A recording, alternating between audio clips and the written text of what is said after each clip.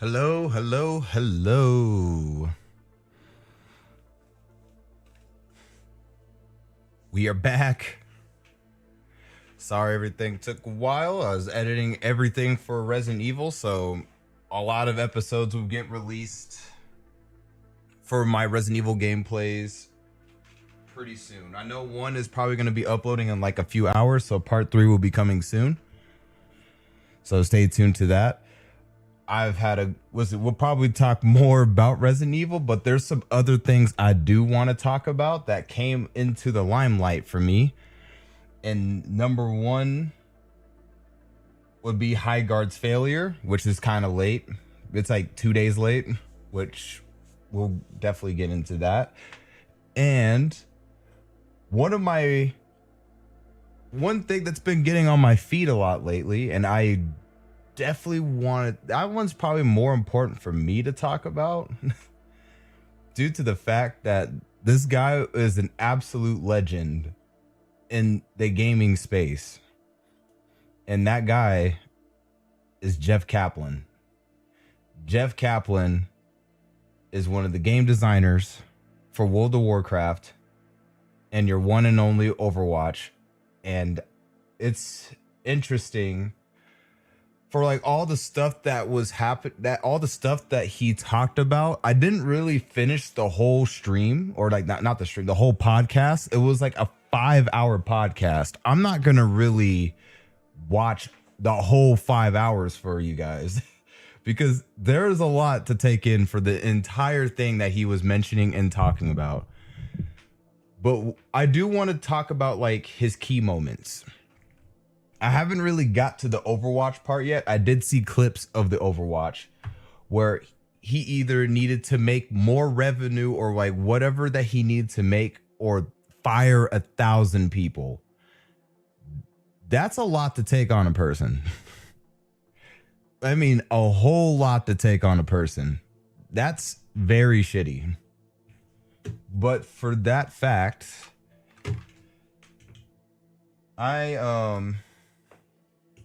because there was one thing I wanted to talk about. I think the key important fact that I wanted to talk about for Jeff Kaplan, the dude knows ball.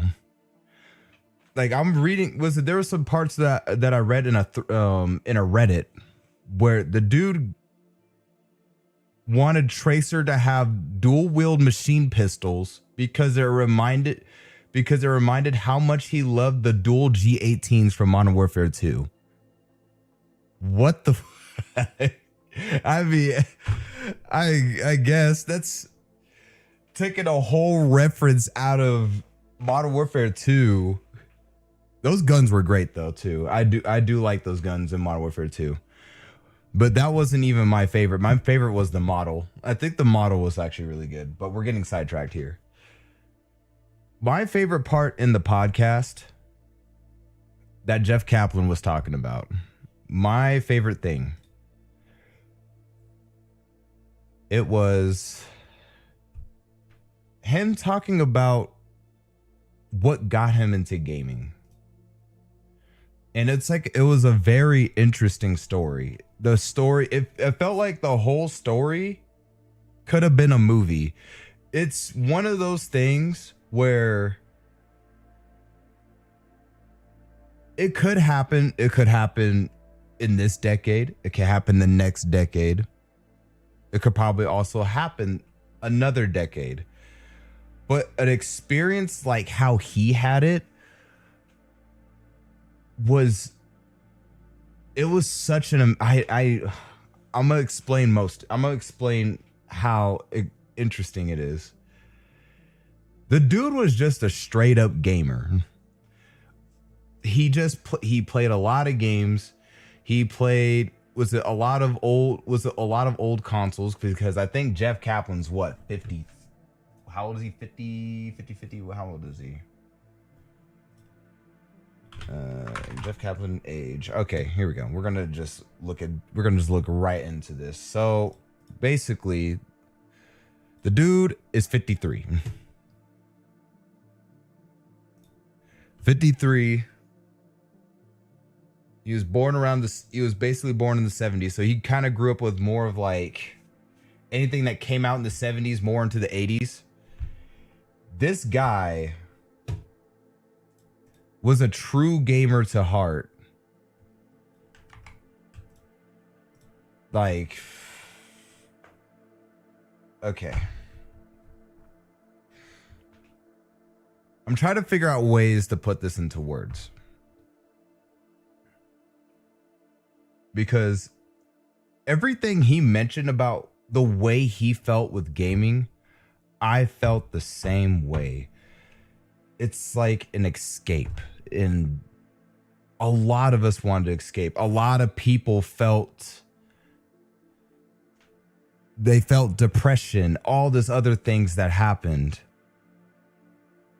And he played, was it in his best game that he ever played was EverQuest. Now, I never really knew anything about EverQuest, honestly, but it sounds like an interesting game the moment he explained it. But when he talked about the escape or just communicating with others, trying to, was it be on like the same playing field with other people that have the same passion as you, is what gaming is today. That's how gaming grew as a whole. It's beautiful.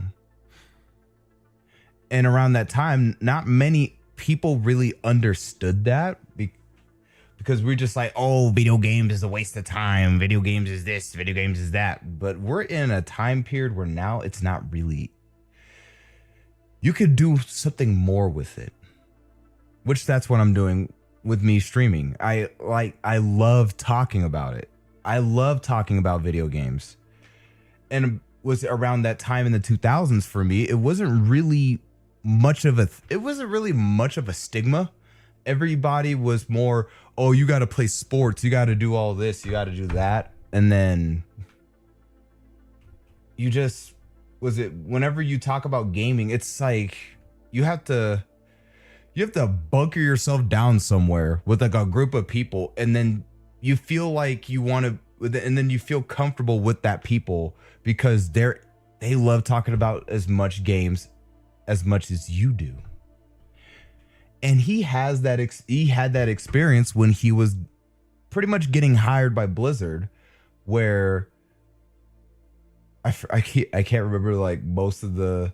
I know the guy's name was Rob. I know that for sure. There was so much I was trying to like fill in the gaps here, but he had a message where he said, where Rob was like, hey, send me that thing that you made, because apparently in Quake you can make levels and you could send those levels. And he sent that level to Rob, and then Rob was like, hey, we're having this dinner at this place down in I think it was Irvine. They had somewhere in Irvine. Why don't we just go? Why don't we talk about something there? He goes over there, and it's just a group of people that he used to play with on EverQuest to talk about gaming. It was amazing. He said that he felt so comfortable. He felt like he can be out of his shell to be talking about something that he could relate to with other people. This is like a whole completely different time. It's amazing. And when you find those friends like that, it's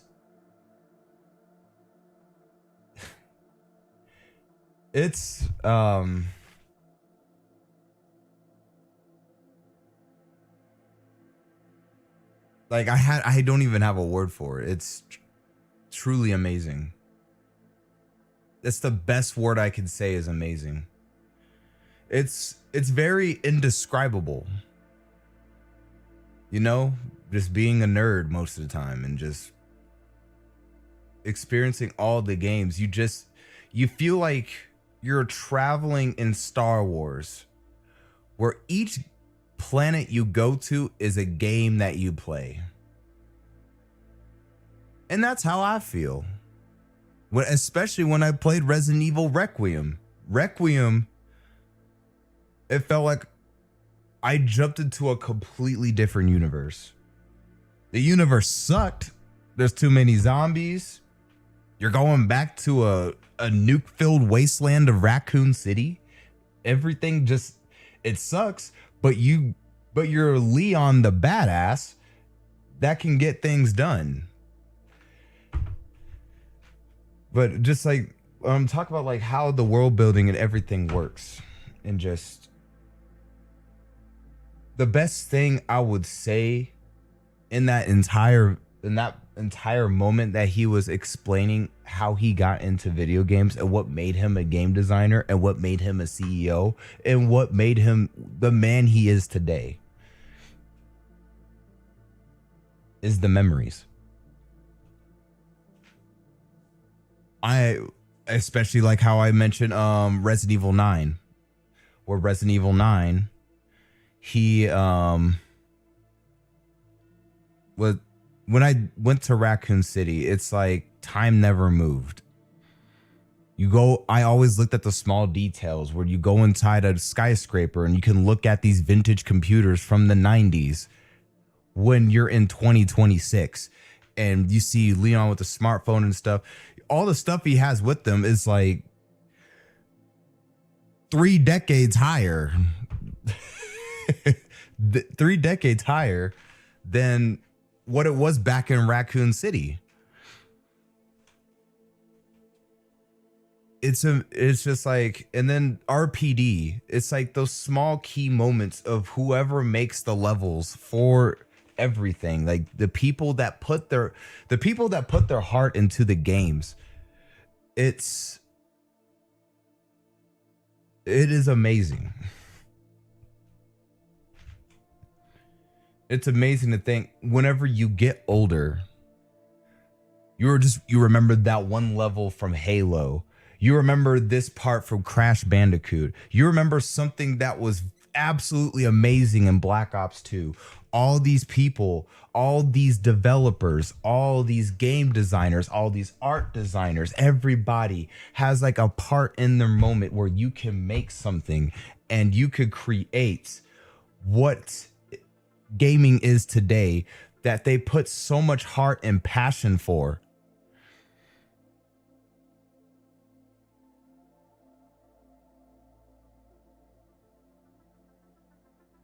It may not feel like it today, where all these other new games are coming out trying to try something new, and sometimes it doesn't work out. But there's some of the games that do. And when those games do, you are creating memories throughout the longevity of how long you can produce the content for, specifically for those games. And that's what Jeff Kaplan did. Jeff Kaplan did that for World of Warcraft around 2004 or 2000. I think it was like 2004, 2005, around that time that when he designed World of Warcraft, because he was like a quest level designer. And then what he did with Overwatch, the whole franchise is turning 10 years old. And what I would like to say to Jeff Kaplan is thank you. Thank you for what you've done for my closest friends that love World of Warcraft. And then for me and my best friend, most indefinitely, when we started your Overwatch at 2016, when the game was opening, with everything, we have like so many broken memories in time talking about Overwatch. And it was one game that we will never shut up about. Besides Saints Row and Life is Strange. Me and my best friend talk about all these other games that we love to play, and Overwatch was definitely was one of those key moments too. My best friend was a diva. I was a Widowmaker when I started. Now I probably suck ass at Widowmaker because it's been a while since I played Overwatch. But I'm definitely will get back into Overwatch due to the fact that I really want to enjoy the 10-year anniversary of something that this GOAT has created. This man, Jeff Kaplan. I say thank you. Thank you for the fun gameplay. Thank you for the memories. Thank you for everything that you've done with Blizzard. I know Blizzard broke your heart, and that sucks. It truly sucks. Because this dude poured his heart and effort and time into Blizzard, into making what Blizzard is basically today, because people still play the games that he has designed and ran. Now it's completely different people. It sucks to say that, but whenever he made Overwatch, Jeff Kaplan had so much high expectations for this game. There was a lot of expectations going through with Overwatch and how much it was planned. And I agree with him. Jeff Kaplan is like everything that came out of what he said, I believed it. This was 2019. It was 2019 when he announced Overwatch 2 with a story, a PvE, all these things that we were supposed to be promised.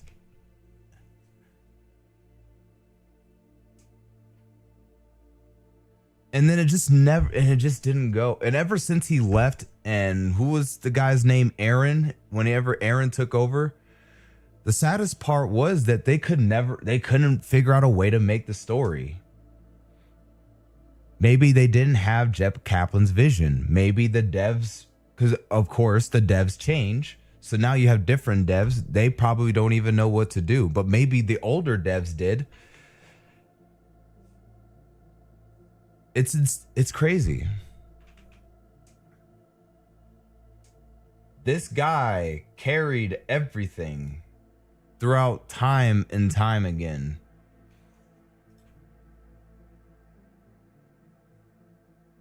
And Overwatch is Overwatch is fun. I could say this, at the state that Overwatch is in now, it's coming back after like them competing with Marvel rivals. But is it kind of the same? I mean, I don't know. They still have their 5v5. I still preferred the 6v6. It was still creative having like 2 tanks. But everything else, everything about this and how he explained why he left why he left Blizzard, why it's sad. Everybody feels for Jeff. But here's the good news. Jeff Kaplan, the GOAT himself, is coming out with a new game. And the game is called The Legend of California.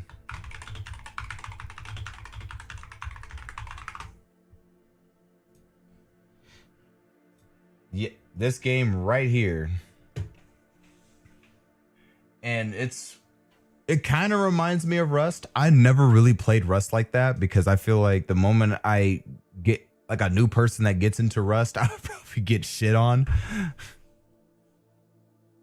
But this game seems promising. I've seen some of the gameplay and it looks really good. And too, I like Westerns.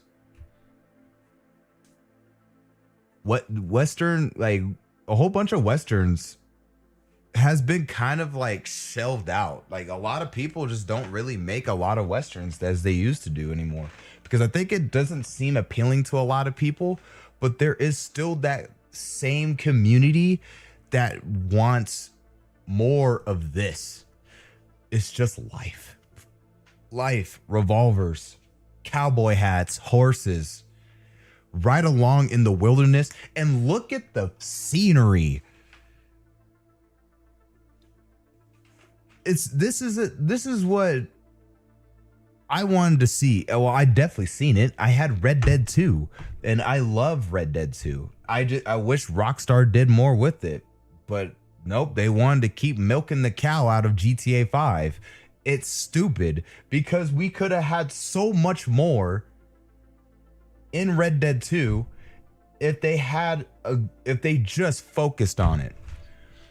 We would have had probably more businesses. We would have had a house. We probably would have had our own stable to probably store more horses, because we can only store the same amount of horses that you can have. And, but maybe Jeff Kaplan has a bigger vision for this, and this would be a good game to play. I think this is going to be a great game. I don't have any issues along with it. I probably, hold on, before I have to go on Steam and wishlist it.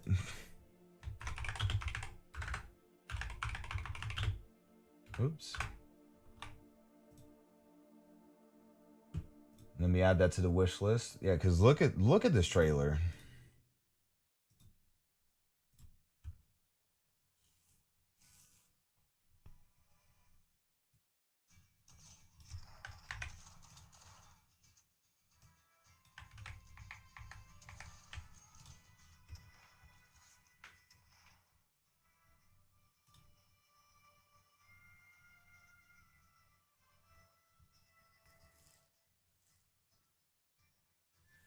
Like, this already gives me so much Red Dead vibes, but you probably have so much possibilities that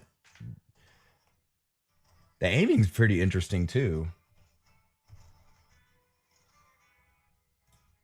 I agree with the first person aspect of this. The first person aspect into this game is very, how do I describe this? It's like, it's more immersive in this because it feels like you're actually there in the Wild West trying to get gold, because there is a gold rush that's happening in this time period that he set it in the 1800s. So everything feels so immersive, like we're back in the 1800s.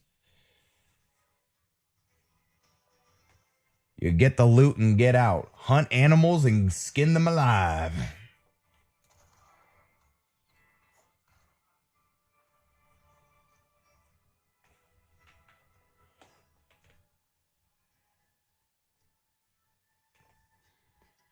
I forgot you can mine in here too. This is probably like copper and stuff. So you was it probably mining materials to what, build something in the house?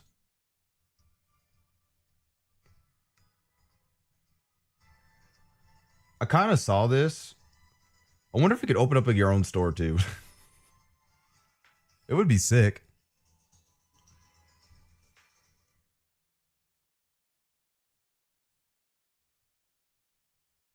All right, so game is wish listed for me. This game is already wish listed.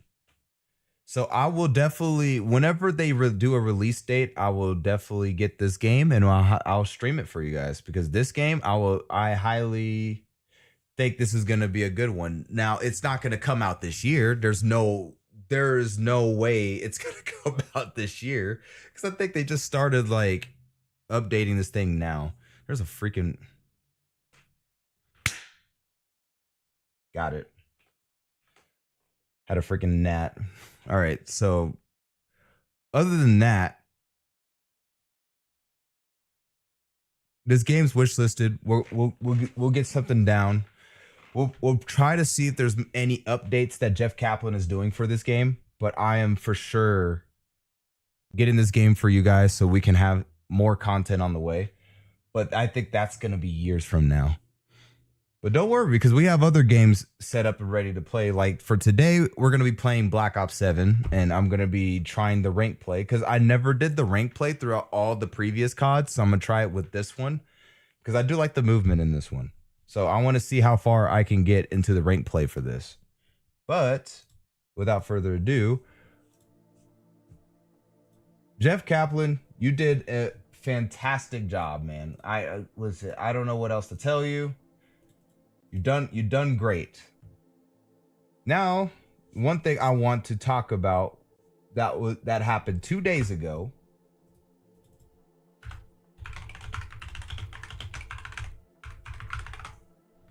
The fall of High Guard. High Guard. What went wrong? A lot of things. Now I never really played High Guard, so there shouldn't really be like a key moment. I think I've talked about this in my previous stream, where not like the previous, not the last one, but the one where I came back. I was talking about High Guard, and with this game just didn't really hit. It it just didn't hit at all. Now, the only thing that killed me from me trying to play this game was the art style. The art style was, there was just too much going on. There was too much going on in the art style. It actually made me quite mad. And this is the reason why. You had fantasy, then you had sci-fi or cyberpunk into this, and then you use a horse. But but you have magic, but there's so much going on. There was too much going on in the art. I didn't know what direction they were heading with. It did not fit whatever was going on in High Guard. It did not fit for me, and it triggered me, because when you have something, you kind of just focus on it. And I'll give you one that really focused on something that came out recently, and to me, I think it kind of hits. Then again, it was a cluster of just different colors, so it kind of triggered me. As I spelled that wrong, don't worry. But this game, Marathon. Now, there's only one thing about Marathon that has one specific genre, and they stuck to it. It's a cyberpunk sci-fi universe. You know what you're getting into, and if you like the art style, it's very appealing. It's very appealing. You got robots with these scientific weapons that came from like 2625. I love that stuff. That to me is like an eye candy for me. Oop. Hold on a second.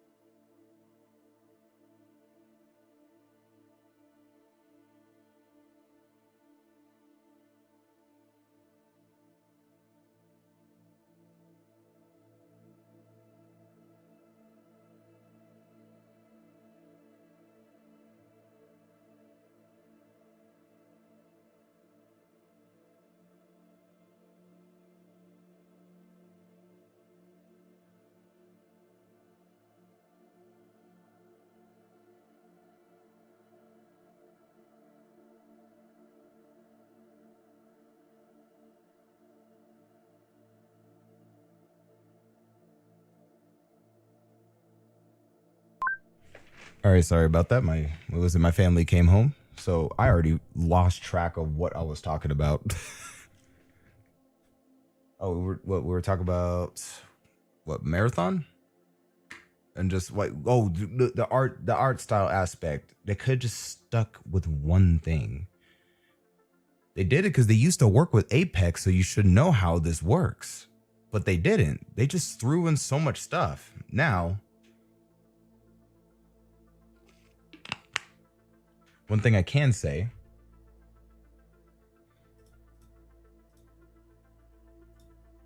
is, with all the magic stuff, hear me out. With all the magic stuff that they wanted to add in the game, right? Here,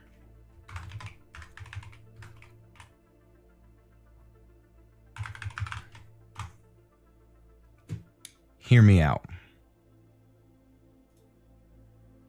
Imagine the movement that they put in with High Guard, because the movement didn't seem bad. When I watched the game, the movement didn't look bad. So what if you had that movement of how fast it was going, and with this game where all you do is shoot magic, this game is still standing. Okay, we'll look at some gameplay, all right? We'll watch it from Bunweiser. Hold on a second. Brother, this game was arguably one of the most unique battle royale games I've ever came across. Now, around the time the game initially released, back in like September 2020, I unfortunately didn't have a PC or console that... This game came out in 2020. Okay, for people that don't know about this game, I thought this game was a little older, but apparently it came out in 2020. So this game is 6 years old, about to be. This game was it was basically a third person shooter, but all of the weapons you use was just magic. So the point that I'm getting across here is that High Guard should have they should have copied something from Spellbreak, or probably copied a little bit of something from Fortnite, right? With like the water bending, where you could just keep shooting water like it's a bullet. They could have took that aspect and put it in High Guard, and then get rid of the sci-fi stuff and make the game more fantasy. That would have been the way I would have done High Guard, and not what they did with this. September 2020. I unfortunately didn't have a PC or console that could run this game. Like hell, dude. This was what my setup looked like around that time. Like my laptop was so ass, I needed to... Hey. Hey. Hey, you gotta start somewhere, man. I understand your pain, but hey, you gotta start somewhere. Everybody has to have a start from somewhere. Use a desk AC to help cool it down because of all the damn near impossible things I tried to do with it. Now, obviously, your boy slowly upgraded over time, and these days things are a bit different. As I said before, you had to start somewhere. Look where it ended. It's beautiful, isn't it? You ever heard the saying, one man's trash is another man's treasure? This is the perfect saying. As far as my setup goes, but my point is, I never got the chance to actually play this game, and by the time I had a PC that could run it, the game had already shut down. So how the hell am I playing this in 2025? Well, boys, thanks to the lovely ladies and gentlemen at Elemental Fracture, they managed to keep this game alive, even though the servers were shut down back in January 2023. Now, the version I'm playing is what they call... Dang, so they shut this game down 3 years ago? But hey, for how long it lasted, this game was actually not bad.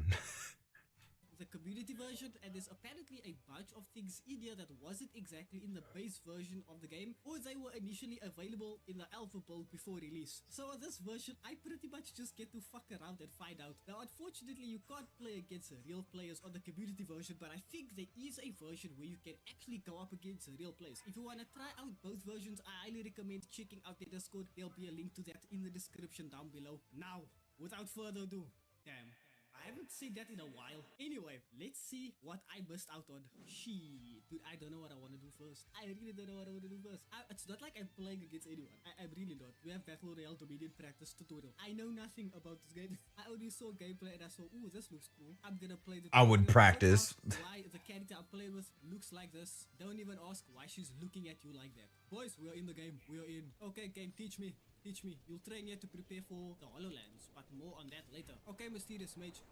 Yeah, this game is so interesting, man. Now, I wish High Guard would have took the magical aspect. It should have just been more fantasy. That's just where I was getting at with this. But we can look at like why it failed. The death of a game. Not 10 days ago. We could do. Is there one that's kind of early?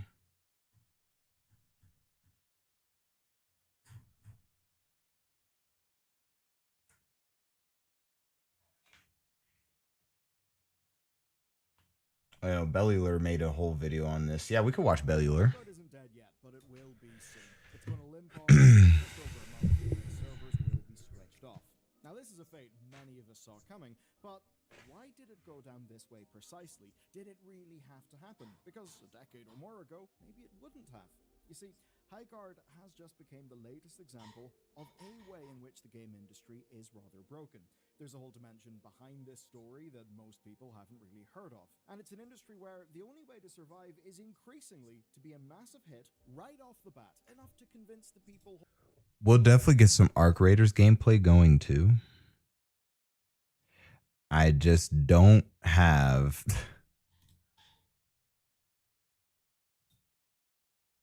Yeah, I just don't have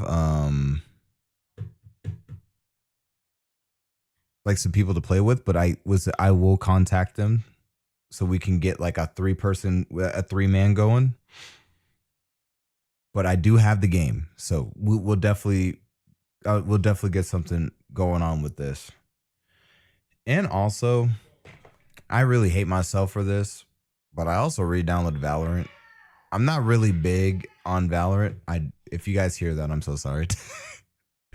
But I don't know what's happening with in Valorant. I don't really know anything much about Valorant. I know they release so many different kind of heroes. But I definitely have a few friends that could probably teach me the ropes because I never really played shooters like that. Like I never really progressed myself into shooters like that, and I would love to. I'd love to experience other shooter games because shooting games is pretty much one of the games I didn't start off with. I started off with platformers. But shooters started growing around me whenever I played COD, which is like the older COD before COD 4. But that's where the shooting games or like the love began around that time. So it just progressed further. I just love the time to kills and stuff. It's beautiful. But Arc Raiders will definitely be another thing. Holding the purse strings that you are worth keeping alive. Today, we'll be talking about Highguard, but not long ago, we talked about a big new game from Riot Games, which also got the same treatment. It's 4 years of funding and work going into a single roll of the dice, where really, this just may as well be gambling. Despite the memes, Highguard is not Concord. 2 million people actually played Highguard. That's quite wild, but that's the stats that Highguard is in Concord. Very interesting indeed, because a lot of people called it Concord. And again, I can't really say it. I just wish the art style is so appealing, man. I just don't like it. I just don't like it. we're getting, and statistically it means some of you were probably among those 2 million people. And I'd say just about none of you could be convinced to play Concord. Maybe because you would have had to have bought it first. According to the game's director, most people played this on PS5. 92% were engaged enough to complete the tutorial. The average session duration sat around 91 minutes across 3.5 matches, and while some claimed the game would be better as 5v5, per playtime, most people stuck with 3v3. And from what we understand, the people who stayed with the game actually liked it. You can even see that in Steam reviews once you start looking at the number of ones past a certain playtime. So there's something in Highguard that did resonate.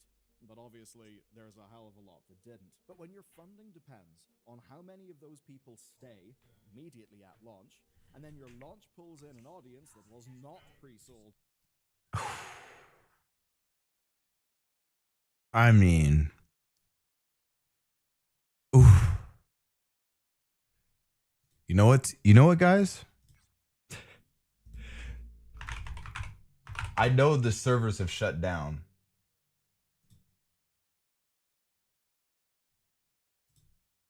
Okay, refreshed. How is there 16 people playing this? What server in this is open? Like, this game is done. I don't understand this. The game is over with, man. But the fact that, God, went from this was what, 4 days ago? So it went from this to this. Sooner or later, it's going to go to 0. I don't know why 16 people are playing this right now. You're not going to get any rewards from it because the updates are gone. It's been reduced. On the pitch of the game, then 2 million players in a few days really stopped sounding like a win, and new reports suggest it may have helped kill the game. Bloomberg's Jason Schreier spoke to former Wildlight Entertainment staff. And boy, we've learned a lot from this. Tencent pulled financial support from Highguard only 2 weeks after the launch, and staff were left with the impression that their financing was contingent on hitting certain metrics, specifically retention rate. Dude, if Tencent pulled the plug on you, it's GG's. This company is so big. Tencent owns a majority of the games that you are playing right now. I'm going to search it for you. What does Tencent own? Tencent is a Chinese conglomerate and the world's largest video game publisher, owning major studios like Riot Games, League of Legends, and Supercell for Clash of Clans, Clash Royale, and whatever other game that they probably have. It owns the ubiquitous messaging app WeChat and holds massive stakes in Epic Games. 40% stake in Epic Games. Oh my God. They are making bank. Got the 40% with also going with Roblox, Ubisoft, and what you already know, you know it now. Activision Blizzard.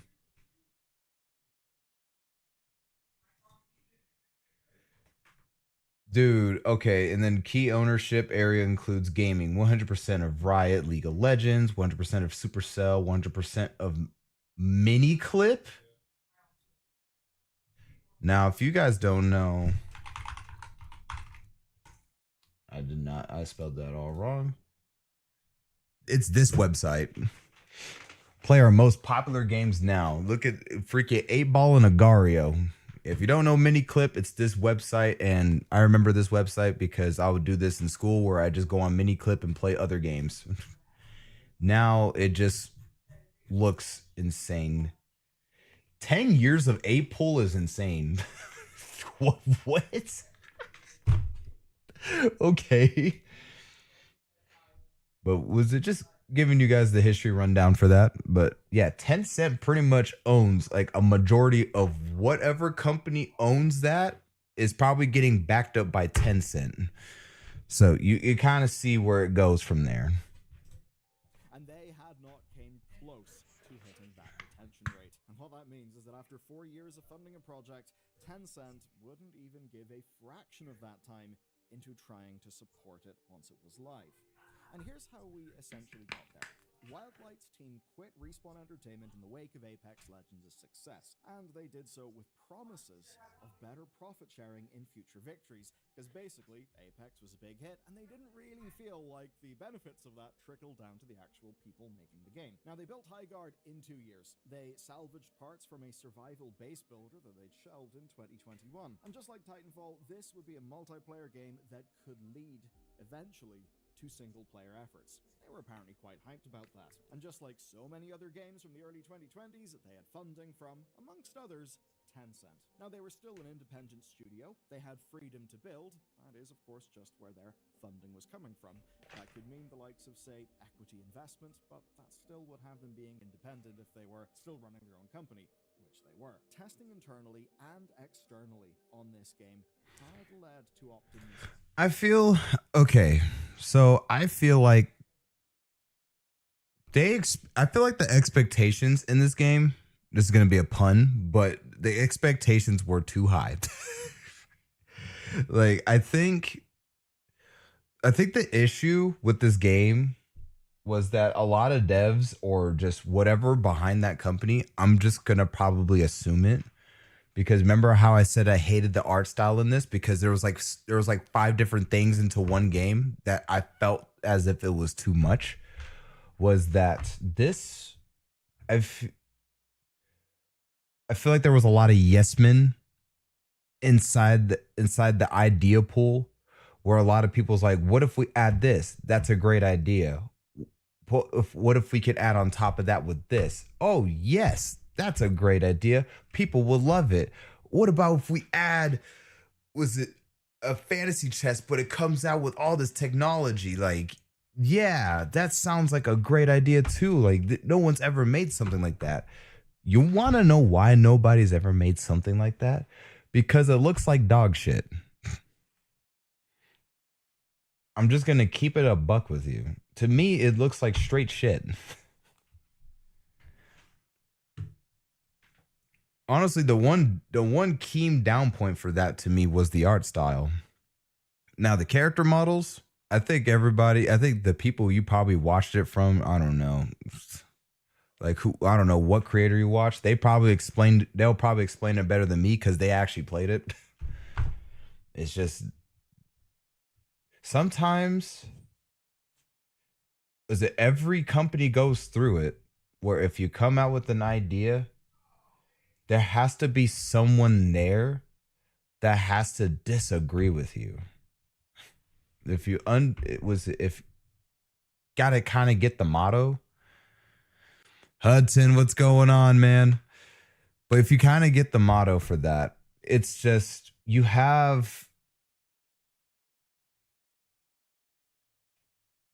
need to have people that to disagree and then have like different complete ideas. Because if you have too many people in your yes men, you're gonna create something like High Guard. I think they had too much going on. There's too much going on with High Guard. There was just way too much happening. Wait, hold on. How are you doing, bro? I'm doing great, man. I am doing fantastic right now. Just talking about Jeff Kaplan, and then we were talking about High Guard. So before we get into any gaming, I just wanted to get some news out because this is pretty interesting news that's been happening around in the gaming space and basically gaming history as a whole. And what they did with High Guard, I feel was in my intentions. I think they could have went a different route, and I showed you guys Spell Break. So I think they could have just went somewhere different. It could have just been a different game by itself. I feel like they needed to make it different because what High Guard tried to seem like a little bit was Apex. You could see a little bit of Apex movement in there. It just seems like another clone. We don't need another Apex.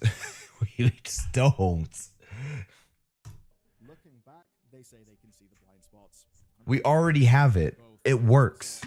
They didn't test with players who weren't already bought into the pitch of their game, which does seem like a fairly fundamental error, but when you think about how this game is actually played, how reliant it is on communications, you can see how that could feed back into the design of the game and lead to serious oversights. But even though that is an issue, there is in a way a bit of a solution for it, and that is to only draw in players who are best suited to like a game like High Guard. Now their plan was to do a shadow drop targeted at that audience, targeted at the people who... And that's already your biggest mistake. Let me show you guys. Already your biggest mistake. You leave the company, and then the first thing you want to do is clone it.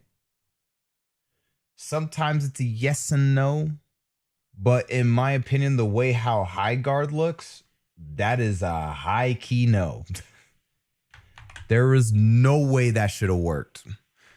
This game, it needs its own identity. It doesn't need a clone. And for as far as for Jeff Keighley here from the Game Awards, I know he liked the game. There's some people that like the game too, but then you have the majority of people that don't find this game appealing. Or do they just like the game in general? A lot of people said the game sucked. And hence why 2 days ago the game just shut down. It's just not good. As I said, the expectations with High Guard is just too high. You can't clone this. You can't clone another Apex when it already works. I was just recently watching a short with the Burnt Peanut playing Apex, and you could see why that game completely clears. Was it because Apex itself as a FPS already has its own identity. It doesn't feel like a Fortnite. It does not feel like COD. It does not feel like Battlefield. It just feels like Apex. It don't even feel like Overwatch. It's just a game. It's just a game by itself. Really are into a game like that game. You need to have your own identity. But leadership said that they never needed a, quote, apex level of success to survive. The game director put things rather simply. Here's the quote. When you're out of time and money, you have to release a game with the runway you have available and hope players will stick with you post-launch. This is kind of like a car crash in slow motion. You can see all the different contributors. Yes. All kind of careening towards each other with Game Award. With the Game Awards itself, it was like with the You can see all the different contributing factors. like with the Game Awards itself, this was a weird way to end it. Now I know that Jeff Keighley wanted to promote this game so much in a way that a lot of people should play it because these were like the devs that used to work with Apex. I understand that.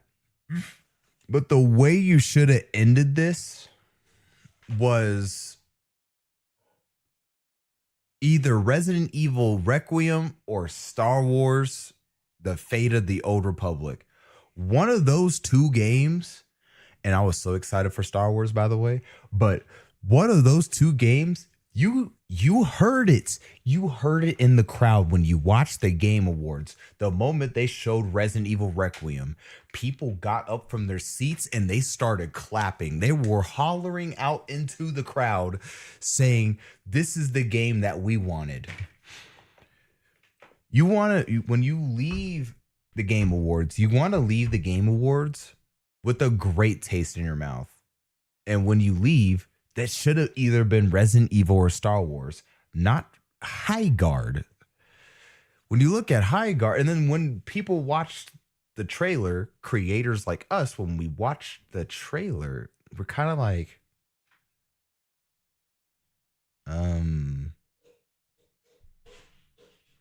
what? This is it? I guess. I don't know. I don't know about this one, Jeff.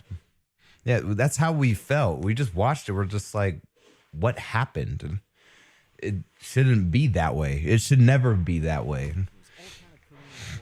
With Game Awards and all the ways in which this game ended up being brought to market, they ended up attracting way more people than the people who are like the people they tested the game on. And how they drove numbers that an indie could only dream of, it may have ended up doing more harm than good, because the launch flooded the game with players who had not been pre-sold on the pitch. People who found out about High Guard not because they saw a streamer play it and thought it looked cool, or had a trailer resonate with them, but in many ways, you know, people who saw the largest drama going on in the gaming space at the time and thought, come on. I'm gonna go back. Saw the largest drama going on. Now, we could keep the horse. Get rid of the gun. At the time and thought. Magic, as I mentioned before, just magic in general. Transformations. We could turn into some freaking like some sage green tiger that just attacks people. I'm still sticking with what I said. This should have went all fantasy. The fantasy aspect in High Guard would have been so insane instead of the cyberpunk gun aspect. It would have had, and that right there to me would have been its own identity. I think it would have just been so perfect. Ah, come on. How can I not check? But that's just me. Disaster may not have been good for this game's retention numbers. And as it turns out, those numbers were pretty damn important. Let's just use the Steam concurrent data. So, Highguard lost 60% of its players from day one. Losing like 60% is insane. I don't know what else to tell you. Of course, this is based on just concurrency, so it's not literally them losing players, but it's the best number we got. We could say that's a 40% retention rate. By day 7, that is down to 13%. And to really drive that home, do you know which game has better retention than Highguard? Technically, Quantic Dreams MOBA, Spellcaster. What? A MOBA? Okay, I could put it in another game too. You know what's doing better than Highguard over the past 2 years? Deadlock. And that game's on an invite only, and it still has over 100,000 concurrent players. For that with Highguard, that's a flex. Chronicles. Though admittedly, it's doing that from a peak of 888 concurrent players. But I'd never heard of Spellcaster Chronicles. But the fact that this game and the all-time peak Spellcasters Chronicles.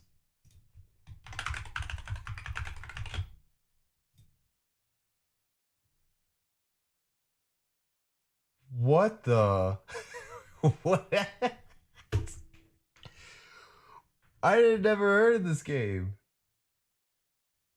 The release date was February 2026. So this happened not too long ago. But it's still retaining more people than Highguard, but somehow we still have 16 people still playing a dead server. Did they sleep on their computer and leave it on? Like, what happened? Really isn't that great. Now, Tencent also do want high player numbers. They're not going to make decisions based purely on a retention percentage dropping. But retention and conversion, that means players turning into payers, is one marker that they will use to work out if an investment is still worthwhile. For a multiplayer game, those are the very first signs of whether it is going to work. As I said, the expectations in this game was too high. You have a war chest with all this stuff, and I know people paid for it just for it all to go to waste because the game was shutting down anyways. Too much high expectations, and look where it led to you. I don't think many people even purchased this. I don't even know if they did or not, but if they did, I feel sorry for them. Well, not really, because you just spent money on something that you know that the game is going to shut down, and now you ain't going to get it back. Fundamentally, now Tencent promised funding for post-launch support as long as it met certain metrics. Day 1, day 7, day 30. If the trend isn't good, then there's a problem. Quite obviously, Tencent did not see good metrics and therefore walked away. And that's because they're not acting as a publisher here, not a traditional publisher. They are acting as financial speculators. It's a little bit different. Highguard and Wildlight are not a game and a studio to backers like Tencent. What they are financial instruments. The value of Tencent's investment may go up and down as well. Wildlight are just one of the many studios Tencent has invested in over the last half-decade. They're basically making a widespread of bets, playing the odds that one or a few will return enough to cover all of the losses. They are bets, but they are considered bets. In this case, Tencent backed Wildlight because it's the team that made Apex Legends, so hey, maybe they could do it again. But even with that counting in their favor, Which they shouldn't do it again. I don't know what they thought. To me, I'm going to keep repeating this every time. I feel like they needed to have their own identity. Don't make it into a clone of a game that's already been working since what, 2000? When did Apex come out? Like 2018? Wait, what?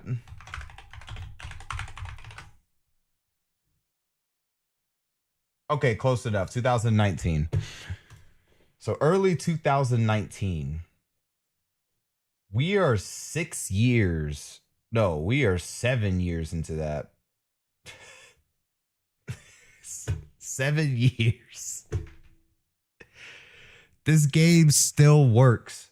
Now, to me, I won't play Apex like that because Apex is not my kind of FPS game. But I still understand the fact because look, they're already doing a collaboration with Gundam. The game works. It has its own identity. It has its own art style. The art style is cyberpunk. It's future.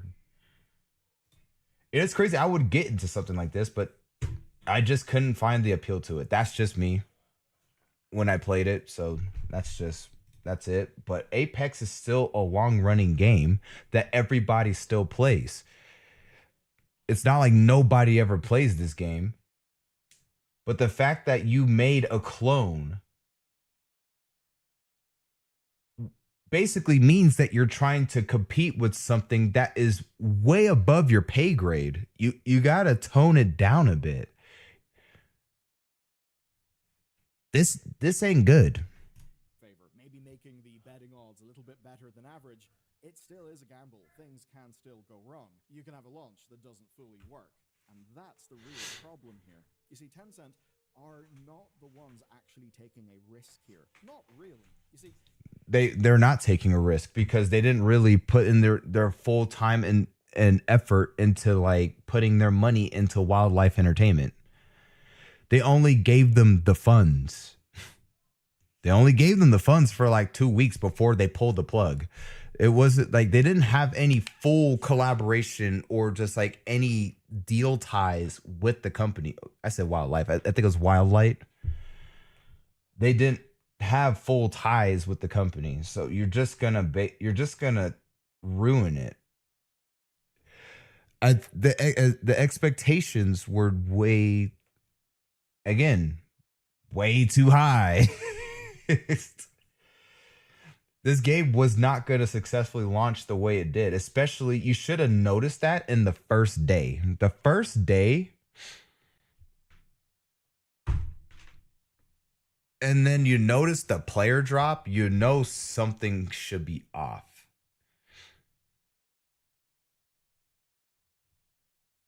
And I understand that there's probably people out there that are curious, so they tried it.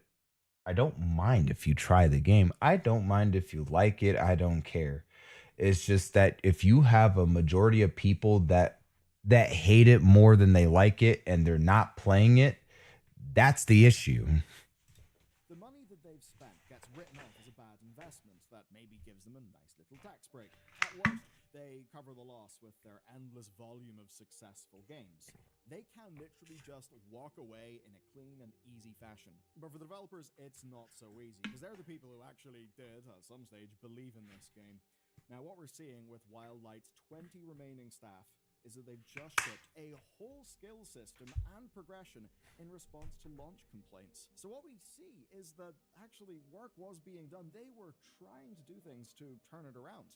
Those are pretty big changes, but the people holding the purse. Okay, I don't know much about this, so I'm gonna just try to put like my 2 cents into it. But when they tried to do all these changes to make the game better, did it cost? How much money did this cost? If it cost a lot, then I guess I don't know how I feel about it. Excuse me, I'm sorry, guys, but it seems like all these changes still cost money when you also did a free-to-play game that not many people are doing purchases on because they don't know about how long this game would be due to the hate. Strings aren't interested. They don't care enough to try and salvage something from it. So it is just 4 years of work completely wasted. There's no chance of a recovery like, say, Fortnite or Rainbow Six Siege. Both games that, And then you have Rainbow Six Siege. Rainbow Six Siege had its like ups and downs, but right now it's gonna have its ups pretty soon. From what I've seen, their yearly game plan looks amazing compared to what I seen from like Jinxie. And Jinxie got so excited for a game that he has dedicated a majority of his life into. That's awesome. Gaming is coming back, and we don't need was it we're kind or all us as like a gaming community is waking up from the bullshit, and we're just basically now a lot of us are actually putting in heart with the game that the fans wanted for over years, not months, not days, years. ended up being super successful, but had fairly scuffed launches. And that's because Tencent doesn't want to invest money into the best game possible. They want to make the most money possible, and those things aren't. Fortnite. Hold on, but before we get any further about High Guard, Fortnite's a complete identity of its own. There has been other games that tried to replicate Fortnite. They try to be a copy of Fortnite to be a better version of it. But it's not every season, but it's every chapter. Fortnite has done something new every single time, and it still has an identity.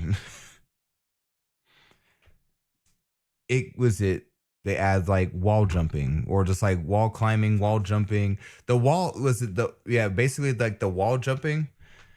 It's almost a little similar to Black Ops 7's. You could say that. But it's still like it's still Fortnite. Like Fortnite has their own championship of what they do for everything, and it's absolutely insane. It's insane what they do. Not always the same thing. Their victory condition is a lot less aligned with you or I or developers than it would be for many other. Oh, and then I heard for Fortnite that they're making Save the World free now instead of you having to pay for it, which honestly, Save the World should have been free to begin with. I don't know why it was under a paywall because not many people were going to know about Save the World anyways, unless you're like a complete diehard of Fortnite, unless you mention it to someone else. Like, hey, have you played Save the World? Oh, what's that? I never know there was Save the World, but it sounds cool. Like, gotta make people know about it. Because when you think, okay, if you just go up to like a basic person and you tell them what is Fortnite, the first thing they're gonna think of is the battle royale. They're not gonna think of Save the World. Make that free. Just make it free already. You're already making enough profit from the shop itself and the battle pass and the festival pass and the Lego pass and the OG pass. You're already making money off of it. Just make it free. No one cares, man. Just make it free. Other game publishing arrangements in the industry. And the funny thing here is that Highguard is not even the worst example. This is going on at an alarming rate. Now, we talked about NetEase last year, where the rising cost studios before they could even release a title. Actually, just as I'm recording this video, there's a big breaking story about funding being pulled from the Like a Dragon dude studio, I believe. And just a few weeks ago, whenever 2XKO launched, Riot immediately cut the team whenever the first indicators didn't really look that good. There's other examples. Ubisoft cancelled X-Defiant over, I think, more it having a very costly dev team than maybe. Don't get me started on X-Defiant. Dude, X-Defiant had its moment. I have a bunch of videos of X-Defiant on my old channel of the channel that I have right now for YouTube. Subscribe to my YouTube, by the way.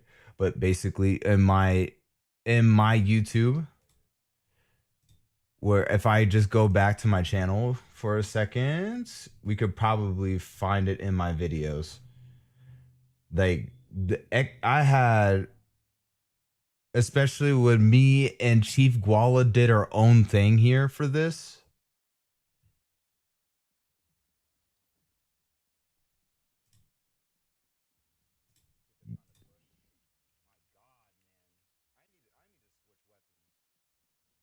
yeah, the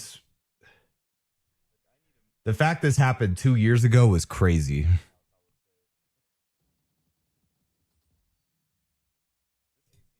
And what's crazy is if there was like a revival for a game, I want Ubisoft to revive this game. This game right here. We can revive this game now because I made a video about X Defiant. For all the others that don't know, I made a video about X Defiant saying why it should have been released on Steam instead of locking it on Ubisoft Connect. And I'm talking about this for just the PC players alone. This game was supposed I said release this on Steam and you will have a higher concurrent number of people. The amount of people that you have to think about the players that are going to play your game, because regardless, when we still play it on Steam, we have to load up your shitty ass platform. I hate Ubisoft Connect so much with a passion. It sucks. But regardless about anything, if we launch X Defiant, it will still open up Ubisoft Connect regardless. So you're still going to get the same concurrent players because Ubisoft Connect is still running in the background, because that's the only way for you to launch X Defiant. Now, it's just you putting X Defiant on Steam because it's a bigger promotion. And then when people see something like that, they're going to be like, wow, that's a cool game. Maybe I should get it. I like FPS shooters. I like Watch Dogs. Oh, wow, you actually have elements in Far Cry? Oh my God, I'm a big fan of this. And then they download. Just give it a round of applause already. Like, this game would have lived longer. To me, this game would have lived longer if it was on Steam. It should have been on Steam. It should have always been on Steam. You have, for crying out loud, you have Assassin's Creed, Watch Dogs, you have Far Cry. All those games are on Steam, but you didn't do that with X Defiant. That to me is a big mistake. Now that is a promotional error. They should have contacted Valve for this, because them just doing that with the Ubisoft Connect, not many people is going to launch that stuff, and not many people is going to play the game. Better, and the saddest part, in fact, not many people are going to know about it. If I went to my workplace right now, they're going to be like, "What's X Defiant?"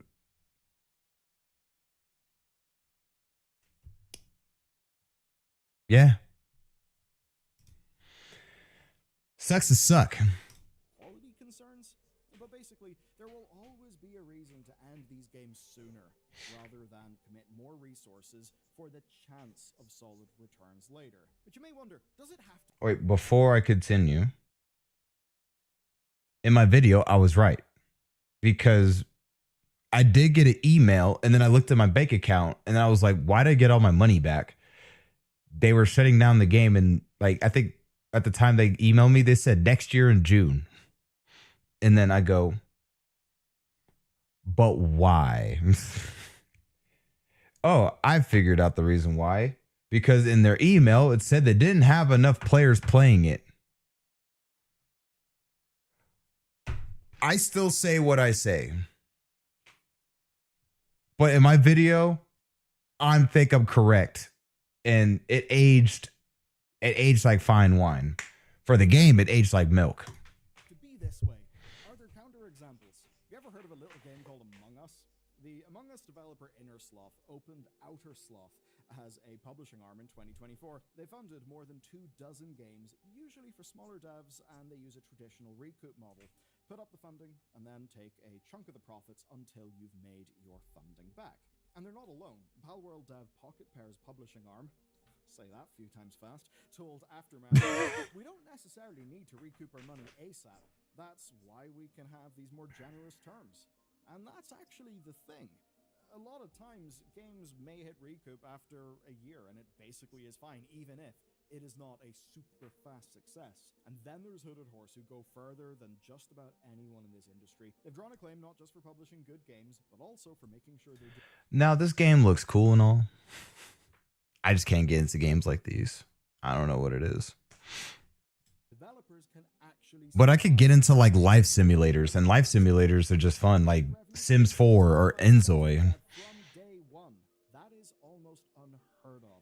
And their plan simply is to make their money back on the 35% cut over time. Now, with all those good sounding publishers I mentioned, there is still a desire to make a profit, just like with Tencent. These publishers are putting up money. They would like a return. But the difference with these smaller groups with smaller funding pots is that they see games as projects worth backing made by actual people. Tencent, meanwhile, is looking at so much money and so many projects that games like Highguard simply don't matter. Because ultimately the thing that they're investing in is just a financial instrument to get a return. You don't have the same, I guess, mission-driven publishing that you have with some of the new wave of really good indie publishers. And that's one reason why Highguard and Wildlight may as well just be a lottery ticket to be discarded once it has been scratched. The Outer Sloth founder, Forrest Willard, sums all of this up quite well in an interview he gave to Aftermath. It's one where he talked about signing one-button bosses. Right, here's the quote. "They made me feel like, regardless of whether their game did well or not, they would continue making games. Their passion was behind it, and I just wanted to give them that chance." Hold on, I'm trying to think of like a phrase. I'm trying to think of like what I could say about this. They made me feel like regardless of whether their game did well or not, they would continue to make games. Now, that's true. You can make another game. Don't do this. Do something unique. Do something that's unique for like appealing to the players. Have some lore. Just make sure it's kind of open for everybody to like make a fan base out of it.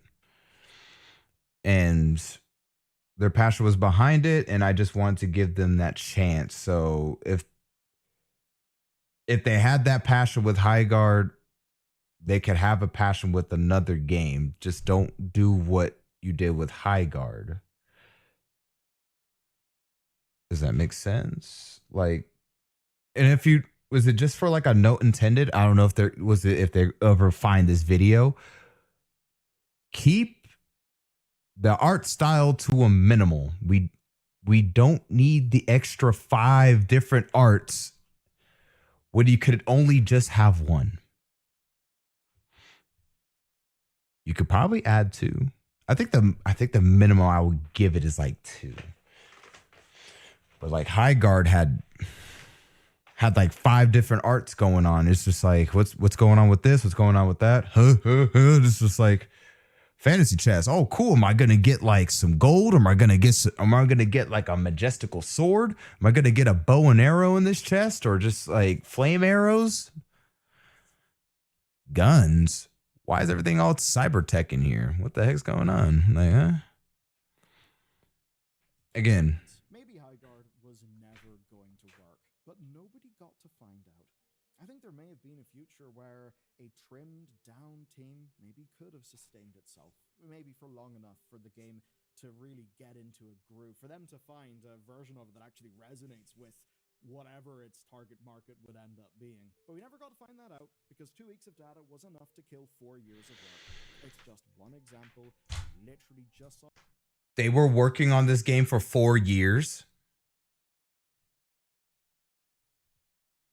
I mean, if you try to make something out of it, yeah, it doesn't seem like a lot of AI was put into it. So yeah, I mean, for something like this, it would feel like it would take like a few years. So yeah, 4 years sounds about right. All the same with Riot's 2XKO.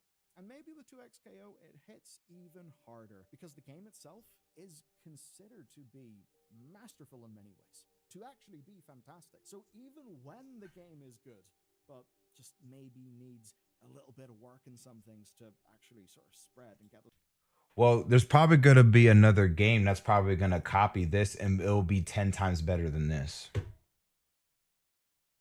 And one of the things is probably going to be one thing is the licensing. Is if you change this and add Dragon Ball, for example, this Dragon Ball will do 10 times better than this. I can guarantee you that. higher player numbers. Even in a case where the core thing you really know is good, that's still not enough. That's just the increasingly sink or swim games industry that we are in today. And I don't like it. I don't think it's good for us. I don't think it's good for devs. I don't think it's good for games. But at least for now, on the big scales, it's the only one that we've got.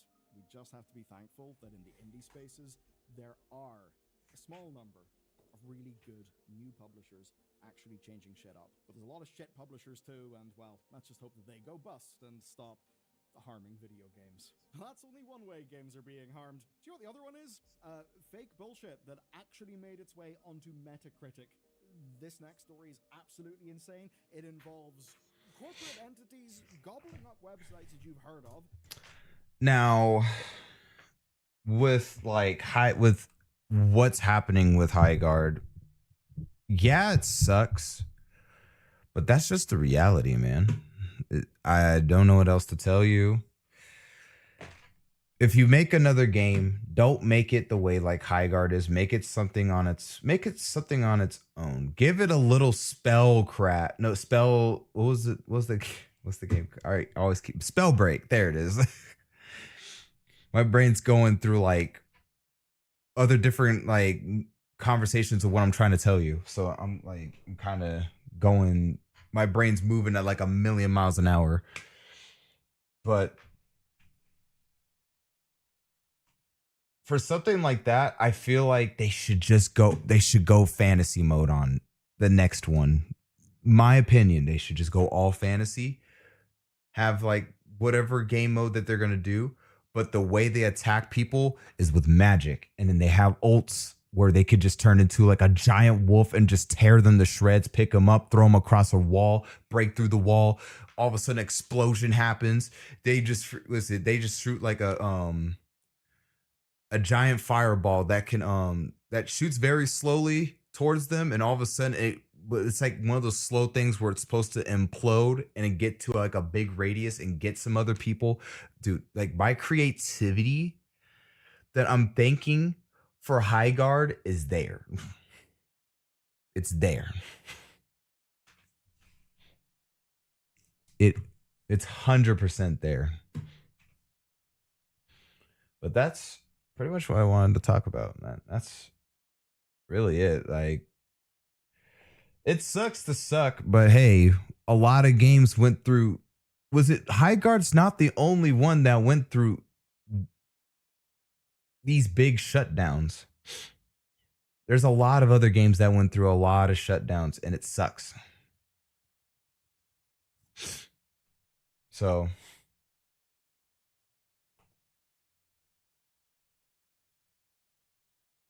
I mean, it is what it is for it. I did look like when I did mention about Saints Row, I guess one of the head directors for Saints Row is saying that the game will probably not be saved. It's still heartbreaking. I don't forgive Deep Silver for doing this because they were the ones calling the shots behind the back, while Volition they didn't. All they basically did was they just had to suck it up and do what Deep Silver said.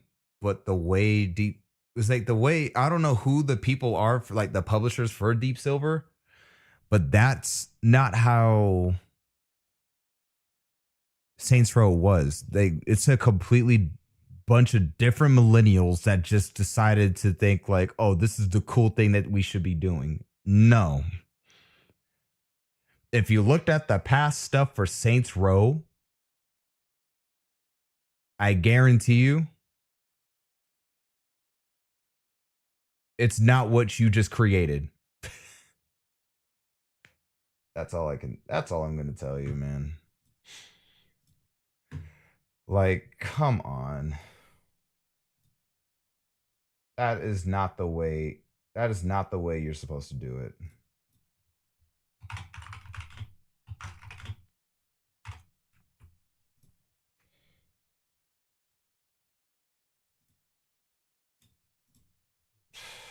Like, what the heck are we doing?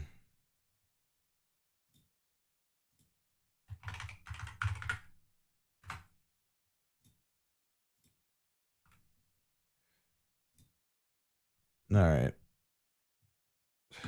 And then let me change.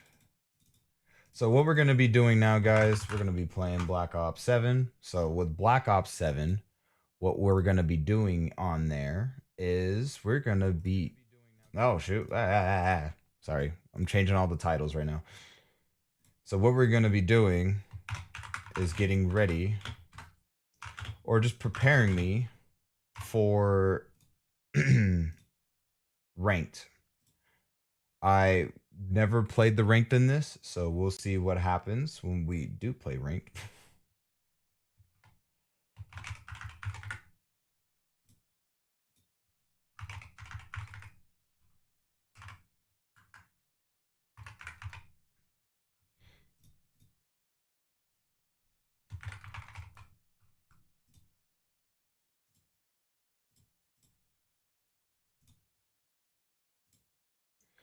All right, so that would be saved.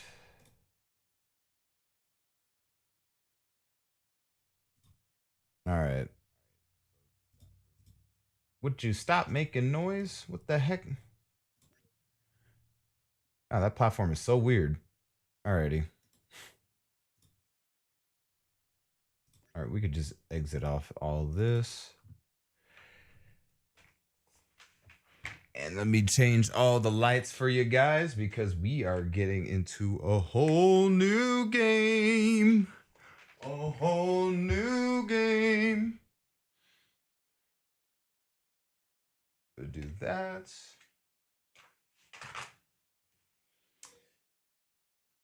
We'll just make that orange. Oh shoot, that needs to focus. Can we get that to focus? Can we get that to focus?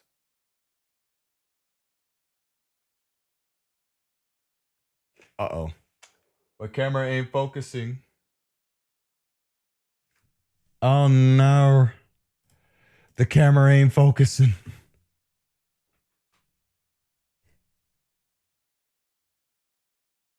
What if I get up close? Oh my god, my camera's not focusing. What is happening? Do I need to shut it off? Oh, let me see if I can try to shut it off.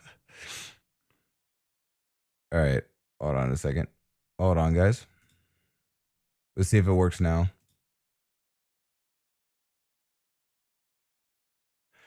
Okay.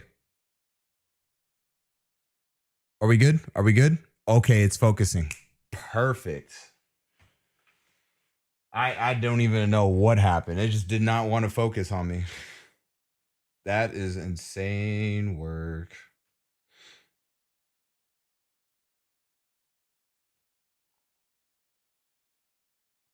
Now I'm only going to be playing for this for like a little bit. But I think tomorrow's stream will definitely get this done. We'll do that kind of orange.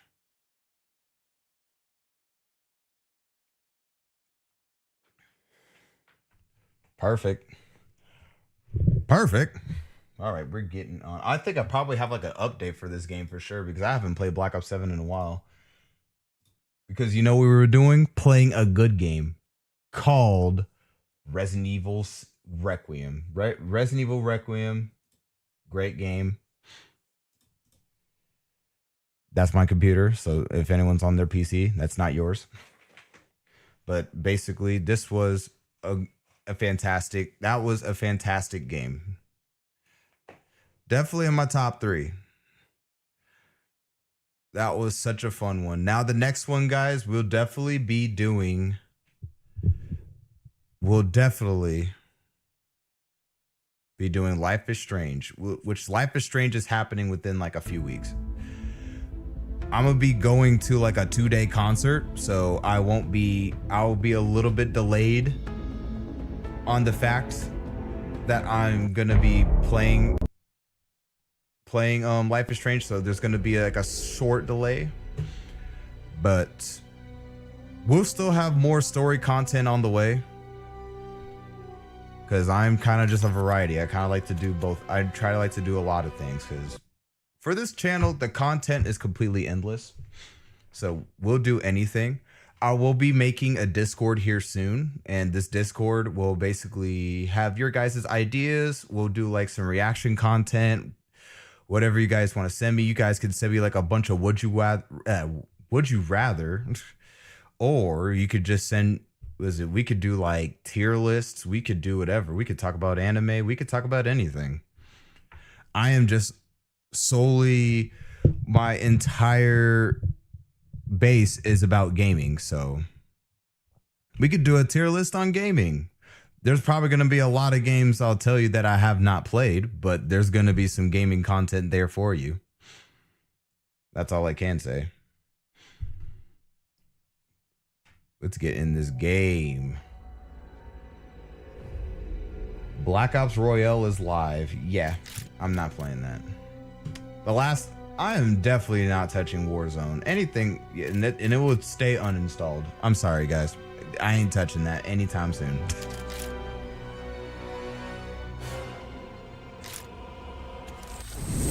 It's a beautiful thing, isn't it? Oh my goodness, we got The empty more. mind. No hopes. Skip that. Okay, so this will definitely be a fresh up because I only got 47 out of 50 wins. So we need 3 more wins so we can get this. I'll definitely end the stream on 3 wins. Because I guarantee you, I feel like I'm about to be losing a lot. But that is okay because it's only going to be a shorter stream. So a lot of the gaming content with this will all just be released into YouTube. So subscribe on YouTube for like any more of my edits that I'm about to be doing for everything else. And what is today? Part 3 has been released, so you guys can watch part 3 of Resident Evil for anyone that has not watched it or anyone that has missed it and you guys caught into the stream very late ahead of time. You can pretty much go in there. What is this garbage, man? I'm gonna give you a magnificence. Give me that free gift. Free gift blows. Free gift sucks. Okay, well, let me turn the game up just a little bit, guys.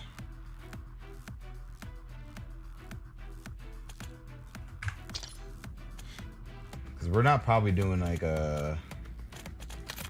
wanted to give me free gobble guns too.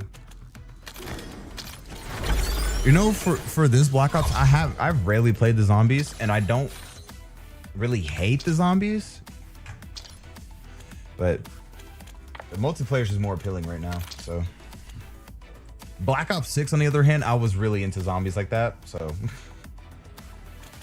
there's like a complete difference. What else is free? You're telling me there's something free in here. What else is free?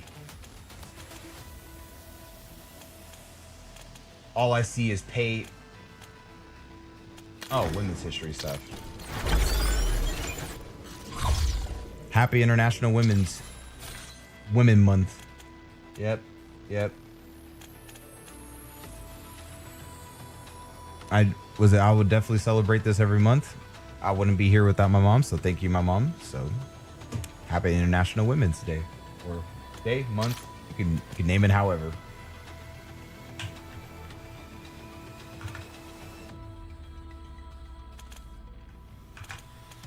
Oops, I did not mean to do that. I already forgot.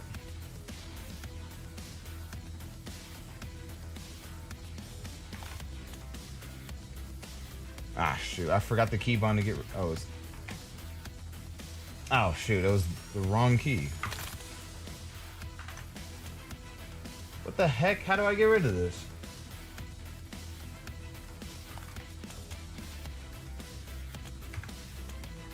Okay, I got rid of it now. All right, so we'll wait for the shaders to load up. Is this music loud? Hold on a second.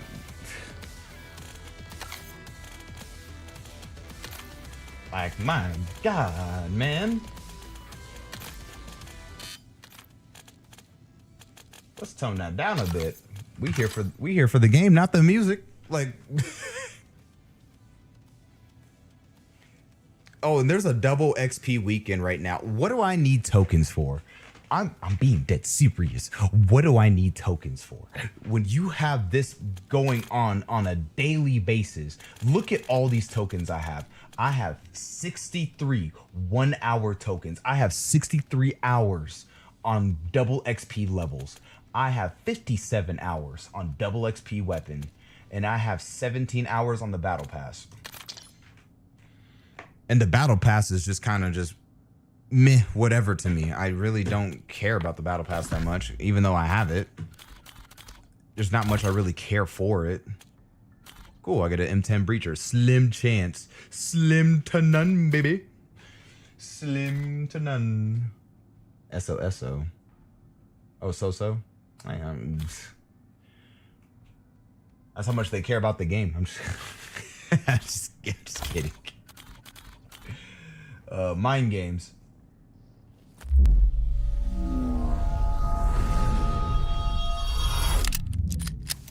What are we doing? What was that? I don't know what's going on. Just team deathmatch, man. Oh, yeah, for like the Call of Duty esports. Yeah, as you guys see the rap, I am Team LA Thieves. I am a 100 Thieves fan. We could watch the watch party for Majors 2. I don't know when it's happening, so I'm gonna try to keep myself up to date on it, and I'll let you guys know. For the watch party for LA Thieves to play. Yeah, because we got wrecked on the first major one. Like, we beat. I like that one with the jets. Big room in the middle, is a big square. Yeah, we all like it too, but we're going classified. I guess people are done with these maps already. This happens so quick. Aim assist for low IQs, mouse and keyboard. We playing Scar. Yeah. This is one map that not a lot of people vote for. I'm surprised because Scar is actually really good. This is a good map. It's not bad. It's a good map. What do you mean you doubt it, man? This is a good map. I don't even have my mic in game, but the way he said that at the right timing was kind of insane. I'm probably going to be using the in-game chat here momentarily when I play ranked because I'm going to be doing a lot of talking. So let's see how that goes. I am not using this. Team deathmatch. All units, mission area designated a fuck 'em up zone. Yeah, what she said. Stay tight, we're in the lead. What a fucking retard, Hasani. Like, what the fuck were you doing Damn at it, that corner lost the there? lead. Stupid dumb fuck. Enemy! Dude, we just got in the game, man. Always He's a so fucking bad. retard. What?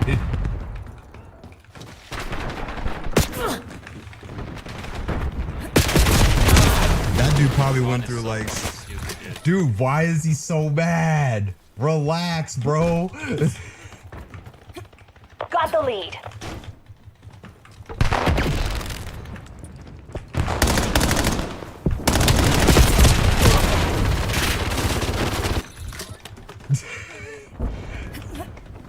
That dude was eating me up.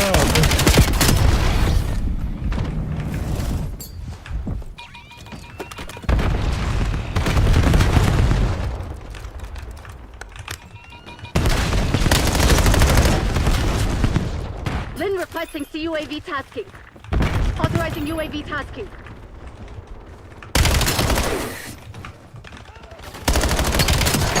ready. I have to reload. TACOM, get me a UAV.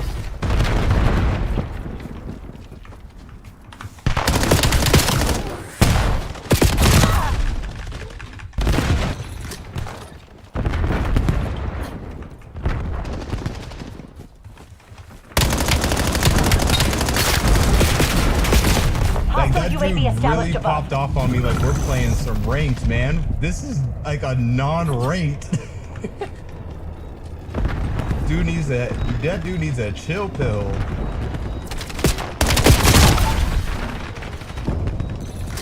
Deploy CUAV in my AO.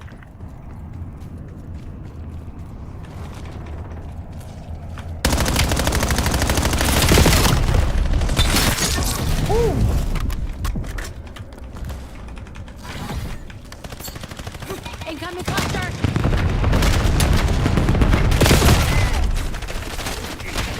I should have probably waited.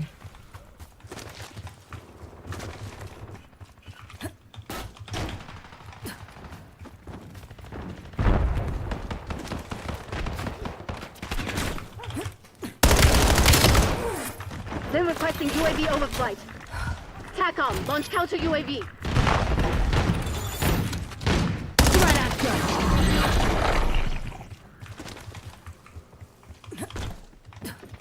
What did we flip their spawn? We did.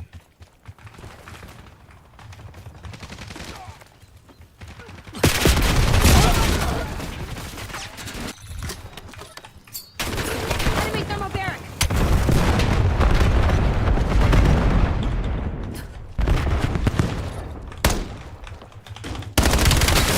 One warning, asshole.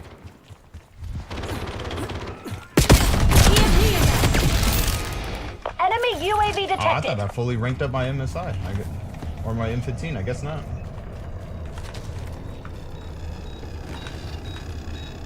Detected. Dang, man. Them snipers be getting me every time.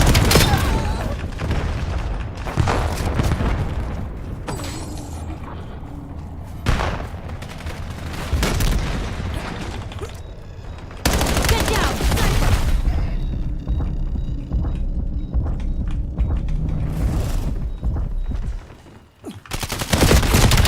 I'm dead. Yep. Crap. I'm surprised that other dude took that long to kill me. Hostile combat. Skewer incoming. Oh my god, not the skewer. Hostile cluster grenade. That would have been me.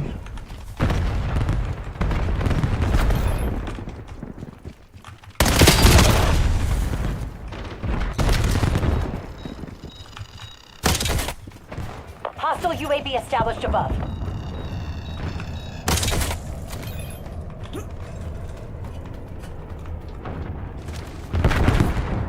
You don't want this smoke! Deploying drone pod.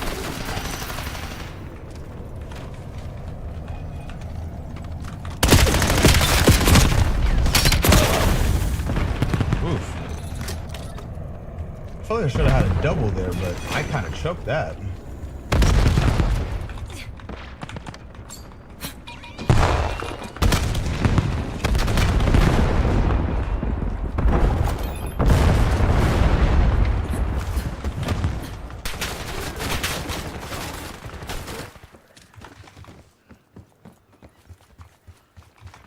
Go. Scout pulse is online. Authorizing UAV tasking.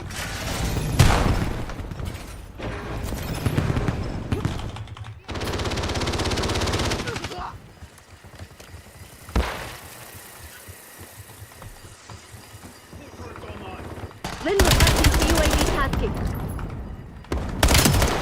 Boom! New personal record. We control the field. Keep it that way.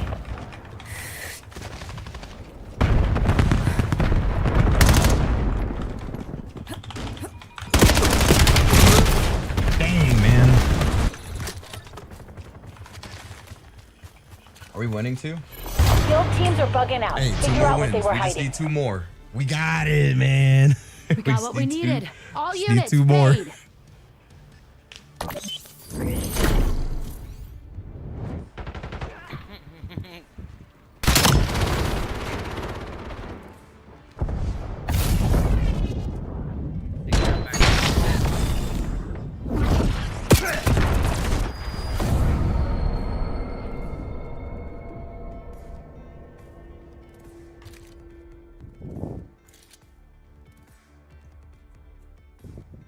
Not bad for like a while since I played this. But yeah, that other guy needs a chill pill, man.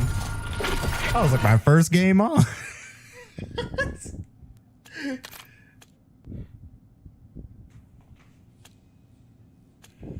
Oh, we choosing slums. Oh, it's standoff and slums. Oh, I think everyone's gonna choose standoff.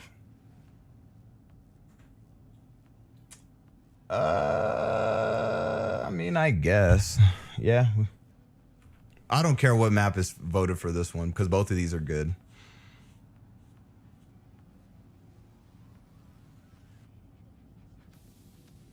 I would just prefer slums.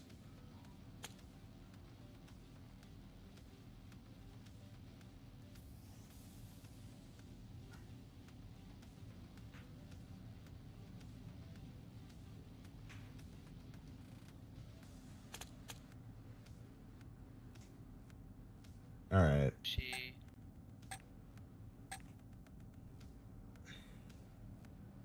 What, did people just leave? What, standoff not good enough? Dr. Flankenstein. Now that's a name.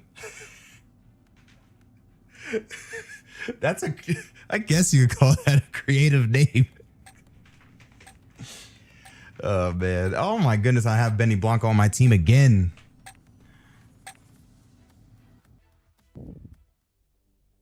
If he says one more thing about me, man, it's just like, dude, relax. I'm gonna switch it off. I'm gonna switch it off. Team deathmatch. Eliminate the enemy. Use the Maddox.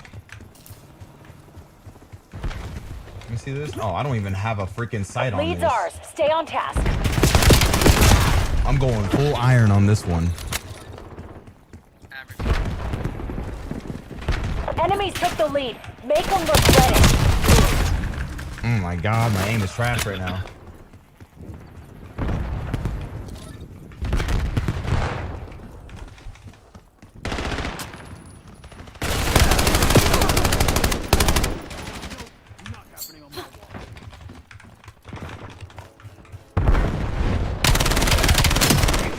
We got the advantage. Now we have to keep it. They're requesting UAV overflight. Sniper knows we're here. Oh my goodness.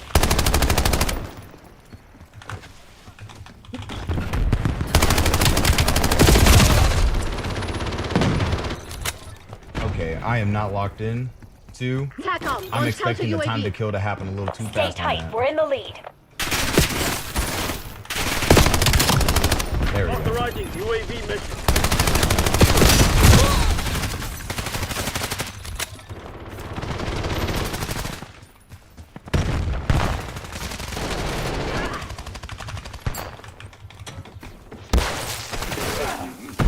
Dang. TACOM, establish counter UAV overflight.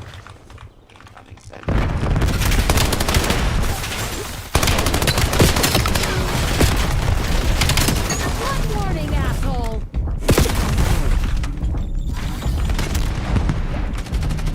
Let's go back inside.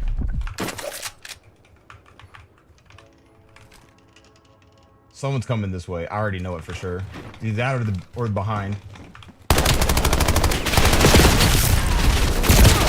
I guess correctly from behind. There were so many.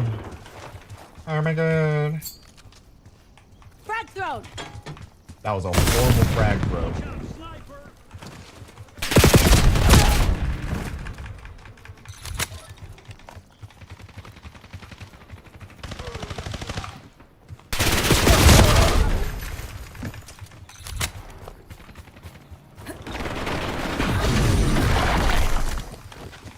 Authorizing UAV tasking.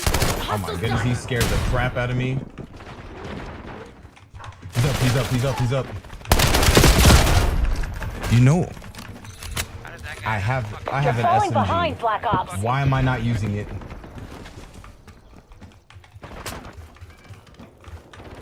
Someone's here. My goodness, my sound cue is right, but my aim is horrible today. What is happening? Maybe I need to play this more. God, I feel like trash.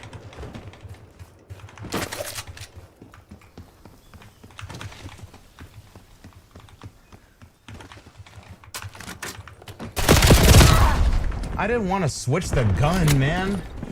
That's one thing they made that was so sensitive is gun switching. I never understood that. I almost got thrown off by like 2 people. That's why my aim was like weird.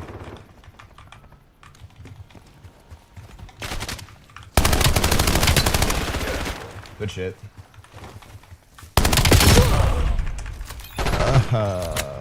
Freaking sniper. Tossing frag.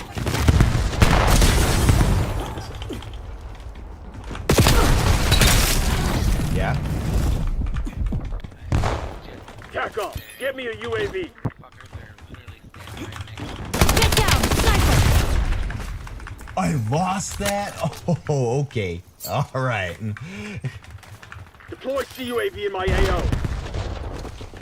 Sniper knows we're here. Lead's ours. Stay on task.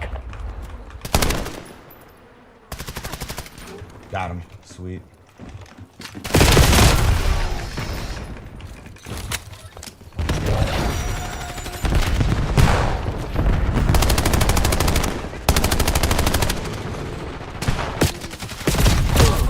Maybe it was throwing me off. I need They're to requesting sniper. UAV overflight. Why did I not add one?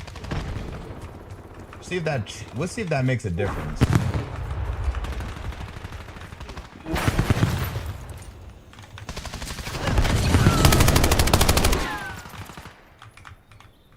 Eyes on hostile Semtex. It's a little difference. Get down, Like, sniper. I went all. They're requesting UAV tasking. Dude, my frag kills are on point.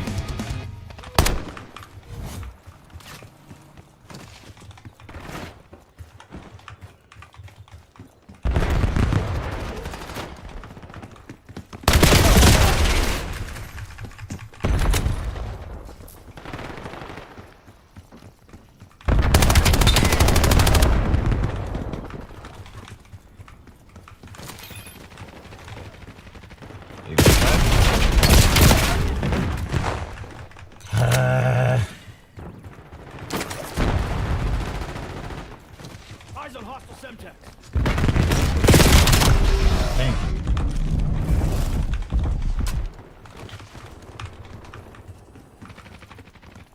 you. Fucking dude can't. Yeah? Marking target location.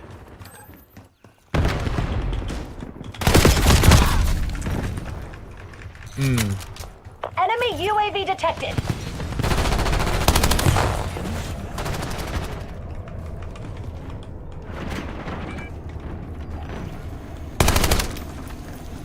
It's gonna.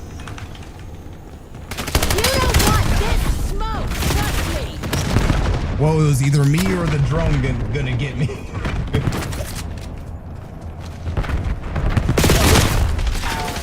Pick your poison.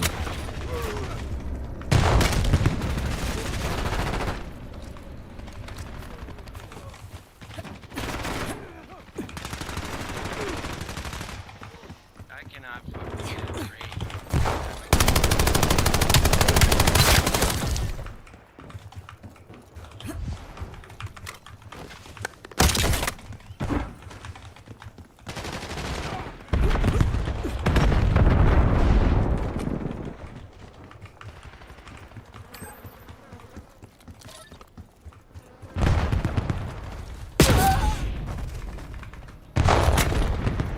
He scared the crap out of me.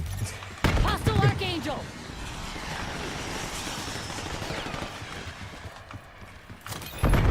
Stun inbound. That's unfortunate.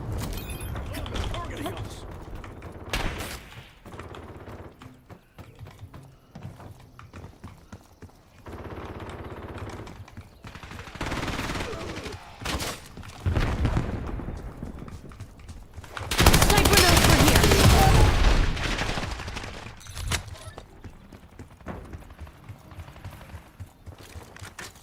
Hey, TACOM, launch counter UAV. we're getting it, but man, I am trash right now. I'm definitely not ready for Semtex, rank. front.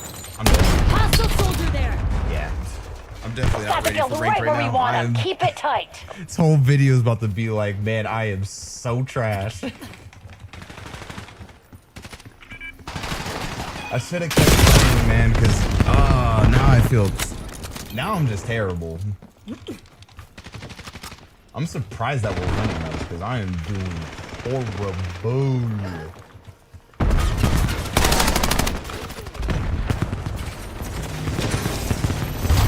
Okay, fuck yes.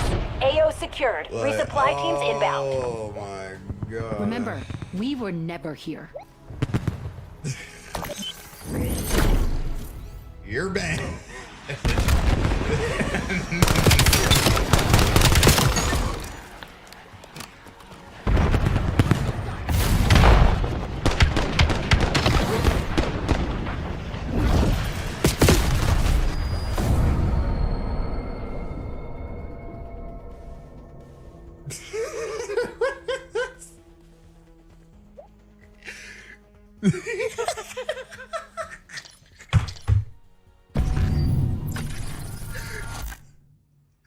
What is going on, man?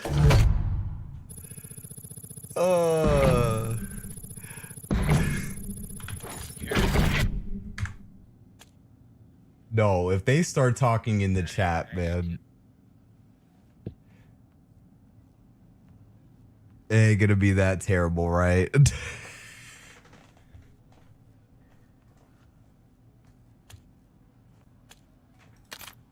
Hey, look, I'm just a prestige one. Let me let me cook. But they weren't talking about me. They were talking about whoever the other guy was. You said you're bad. You trash. It felt like a shot at me, but no, it's just like, look, I'm trying to keep it together, man. So far, we're already 2 wins in. Might be ending it earlier than I should, because I was expecting us to lose. Look, with this team, I think we'll be fine.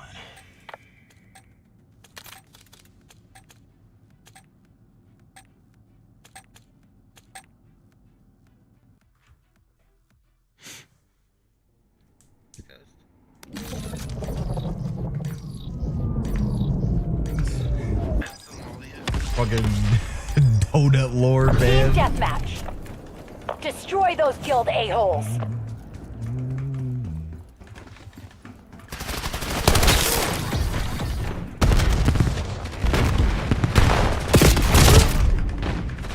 This map The has guild like a reclaimed the lot of lead. flanks. Calling it fate, more like flank. Dude, there's like so many flanking space options.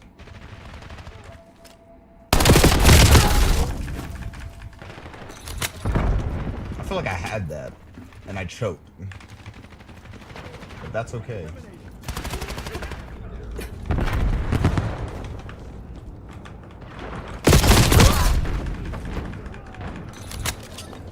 No? Oh, we can't be losing this, guys. Shock charge. There's always something when it...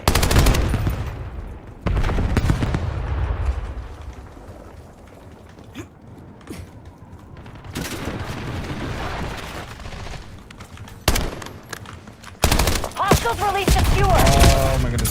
Ah. I wanted to chase him down. Where the enemies at, man?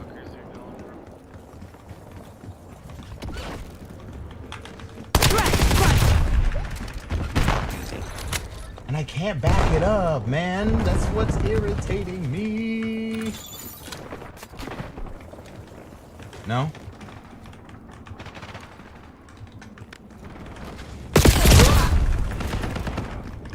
Come on, man. I'm 1 in 7 right now.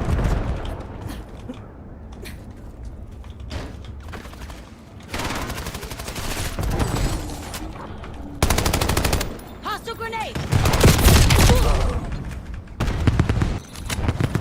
Authorizing UAV mission.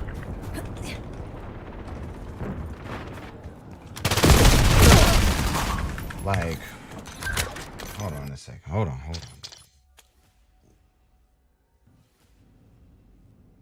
Hold on a second. Hang on a goddamn minute. We just hang on. Just hold on. What is on my chat? Well, I'm tired of these bots, man.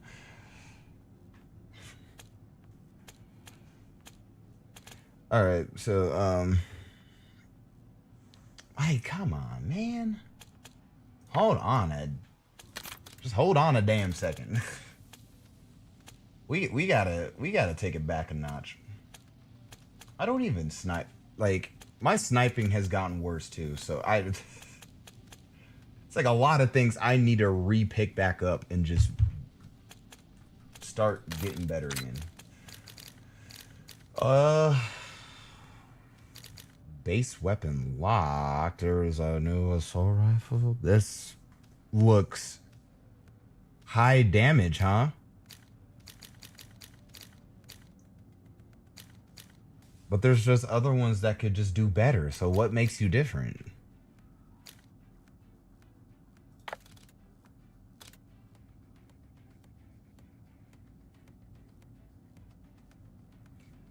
You know what? And just for that, I could probably do this. Yeah. What kind of optic did I give this?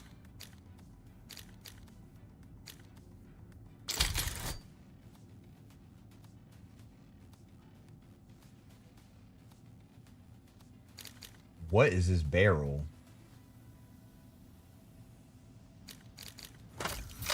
Huh? Okay, I need to. All right, I'll just probably use this gun. I feel like I'm about to be slow with it.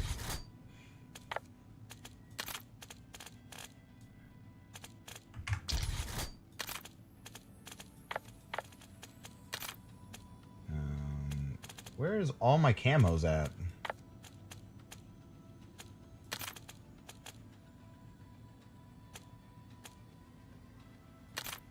Yeah, give me that.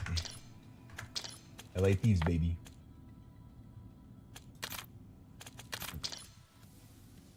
I'm representing bad. Okay, we could do better. I mean, we are starting horrible. Oh, dude, I was like 2-11 in the match I quit, man. It's like just hold on a minute.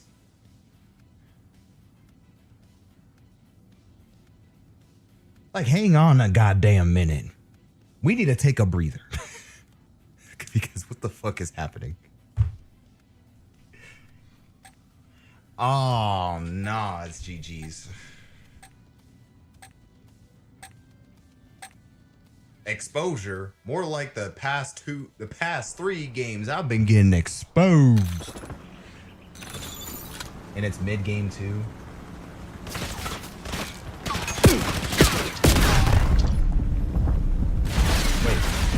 Hello? Team I was gonna say, deathmatch. choose the loadout, man. Eliminate all threats. Get a dog on the field.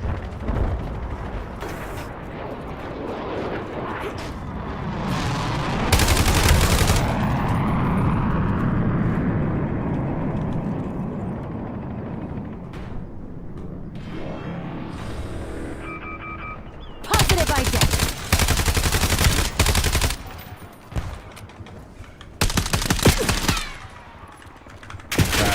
Crap.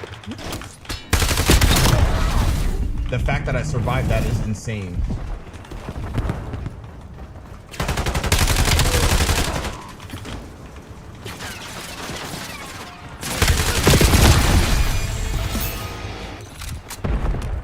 Dang, I need to rank this gun up a whole lot more than I should.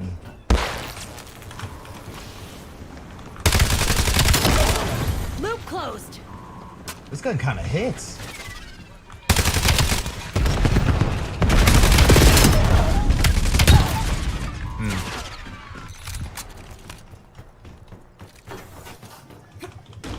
I mean, are we winning this one?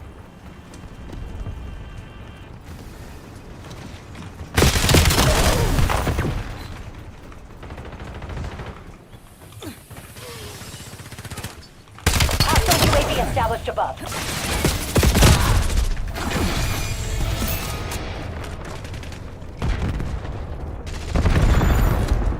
I mean, the way this gun is, it ain't bad.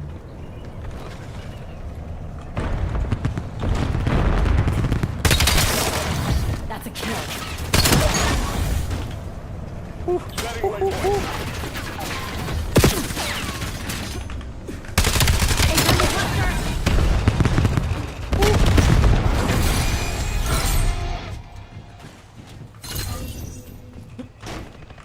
Is there someone up here?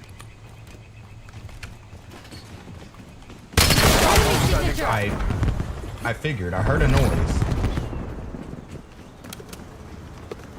Impact grenade. Buckle up.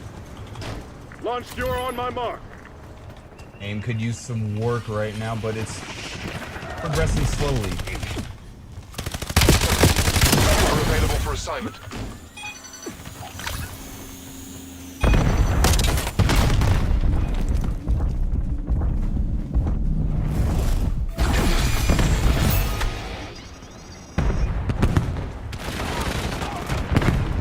Archangel going high.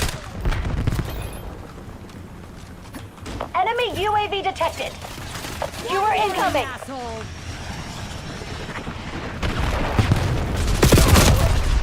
Dang, I got snuck from behind.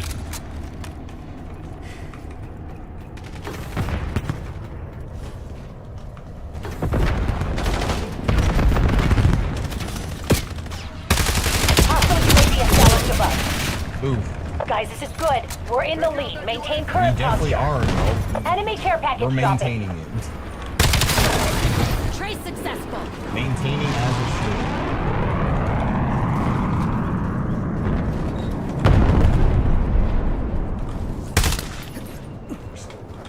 Go, go. Mission goals are green. Hotel Sierra.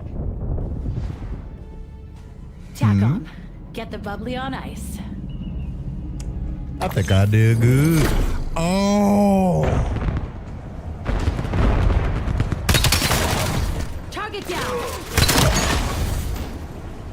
Rally on march forward.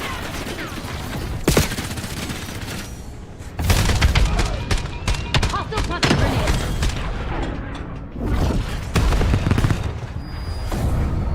We done a good job. We done an absolutely great job.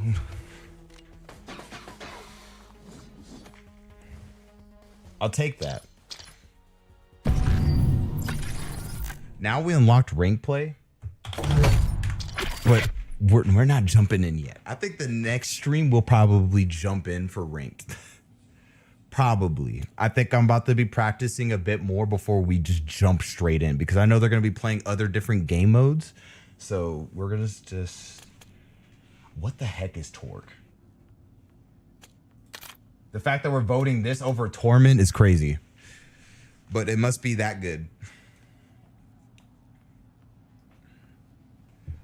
We'll just get into like a whole new map. We'll play... I think I'll play... maybe like 5 more games, 3 more games. See how I feel about it. Okay, Torque must be good. Because this is a new map. I think like the last time I played, this map wasn't even in there yet. Until they added it now. So yeah, Torque is new.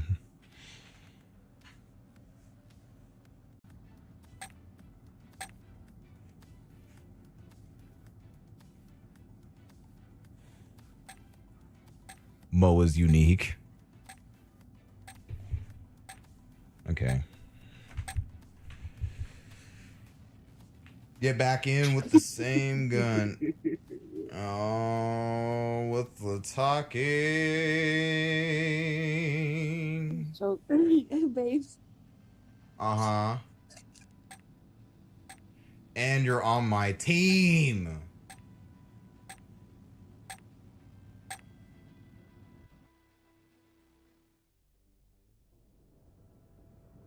Oh, great. Here we go. Team deathmatch. Eliminate the enemy. I do not know this map. I'm going in blind. Hostile shock charge identified.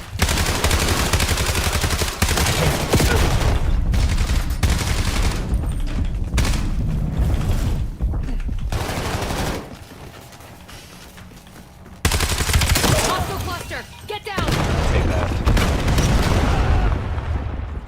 That was a God damn.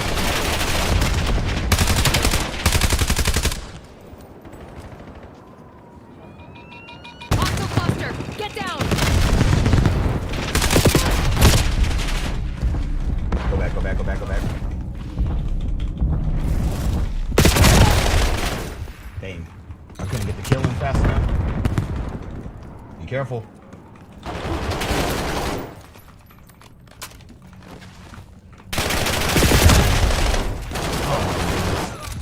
They voted this map over a Torment?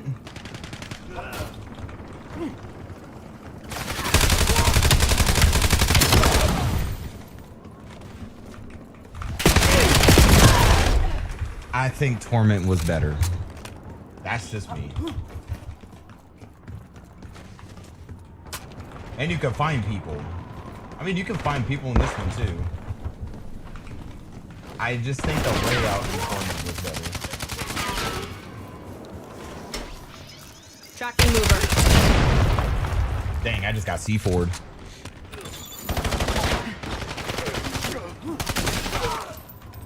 Okay. But I need eyes overhead. I have like no map knowledge in this. That's a fucking policy breach, associate.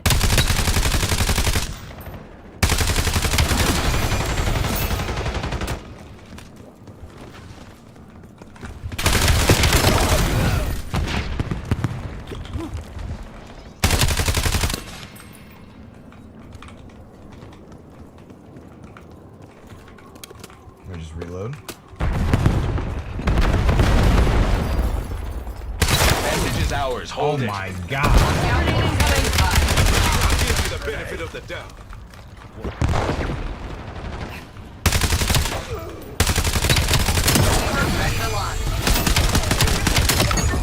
Stay out of my way.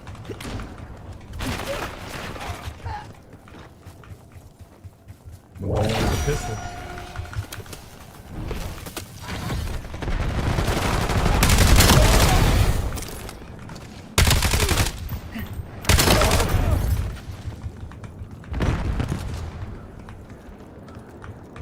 Now we're gaming.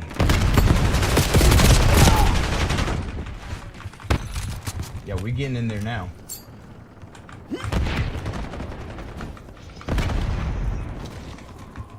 Hostile shock charge identified. We lost the lead.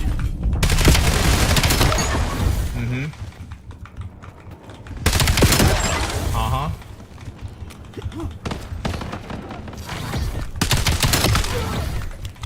Ooh. Oh my god.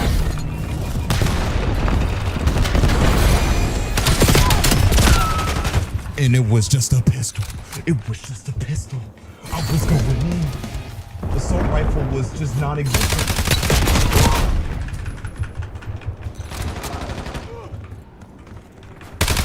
Engaging. I was about to hop that wall too. Problem solved. Enemy CUAV established overhead. Hostile UAV established above. Black Ops took the lead. Do not let them keep it. Target removed. Lead is ours. Do not let up. We've claimed the lead. Widen the gap. Yeah.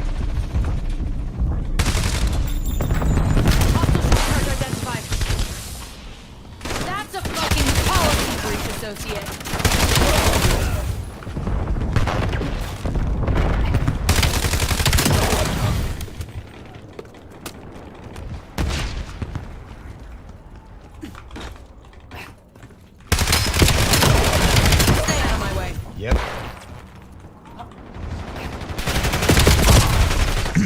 We're eating those. We're eating them.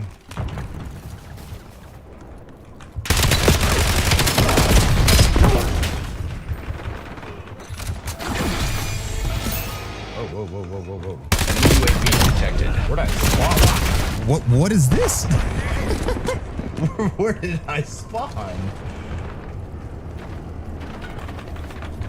This gun is eating right now. Ah, dang. That looks.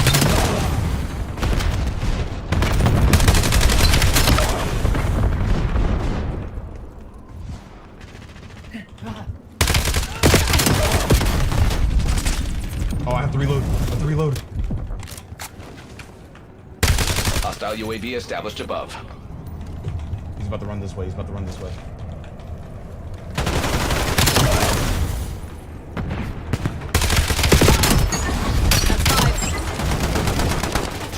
And what?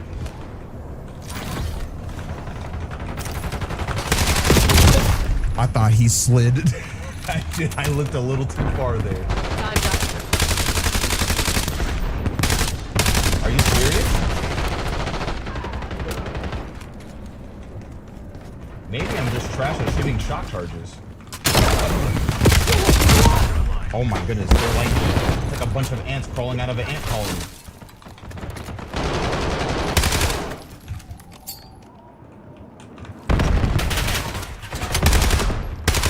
Enemy. Incoming impact.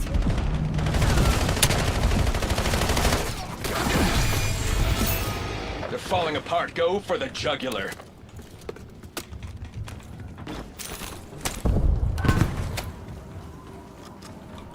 I mean, it didn't take too long for me to learn the map.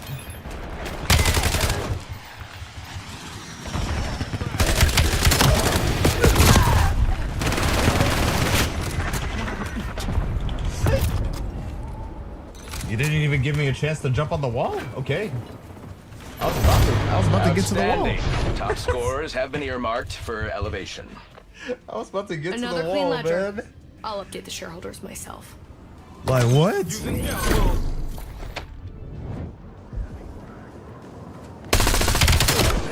I did some insane plays, and this was one of the best plays.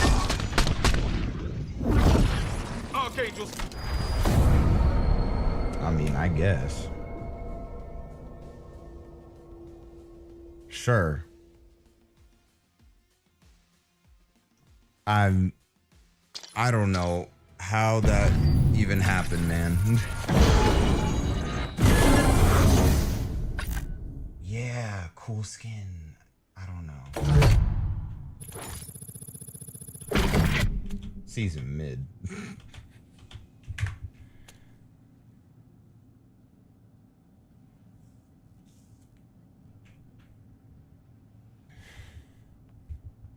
We'll do another one. Oof, I was popping off that game too. Like come on now. Maybe I just needed to take a breather. I don't know. Something needed to happen because I can't go through 3 games and I'm just like not in my A game.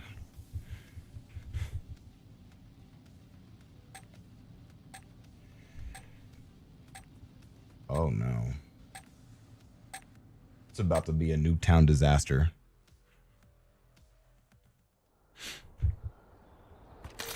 Here we go.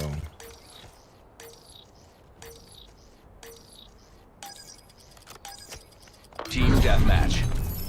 Destroy the enemy.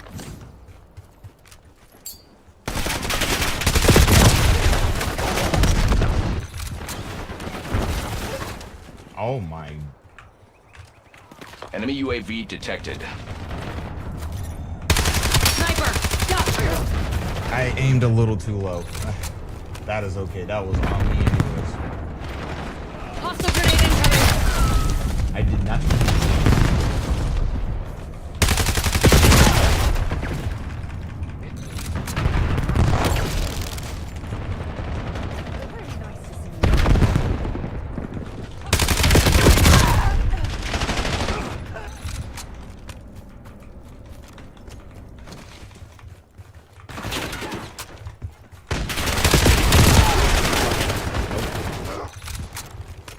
Hostile UAV established above. I think I might switch my class on this one.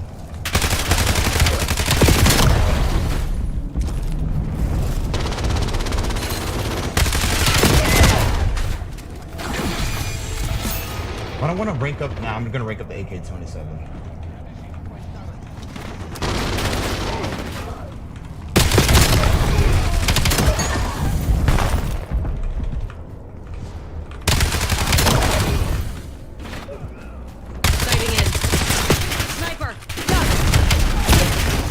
I mean, there was no way I was gonna do a 3v1 with the pistol, man. Sniper. I was probably gonna get at least one somehow. Drop skill on That's a fucking policy breach, associate. Ooh, you missed. But that is... I got stuck. Let's try to move right.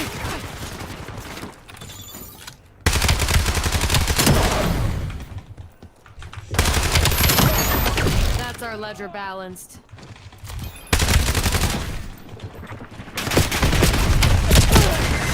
Oh, I was about to go in. Got you.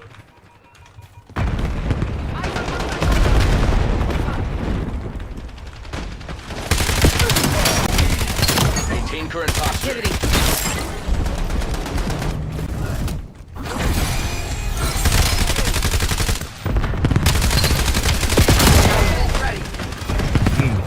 They have the lead. Take it back. Using scout pool. The advantage is ours. Hold it. We are falling behind. Enemy UAV detected.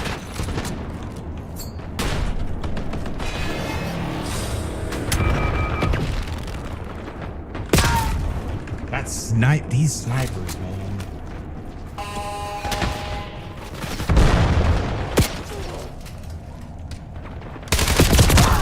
What?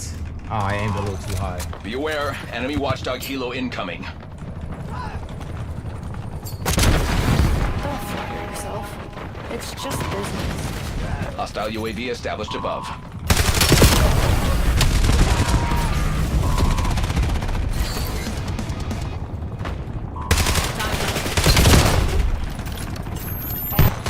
Armed enemy. I just spawned, man. Come on. Enemy care package detected overhead. Enemy UAV detected.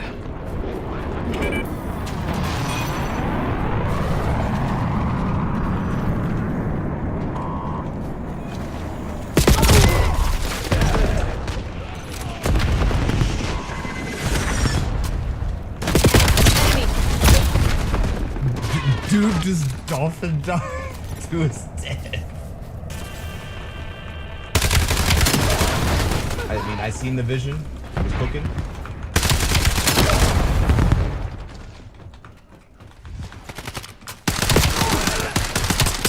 Scout pool standing by.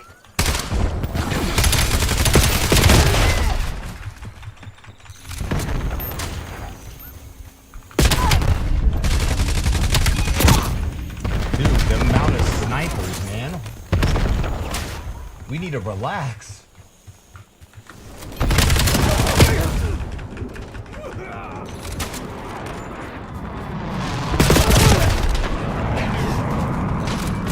That area is death.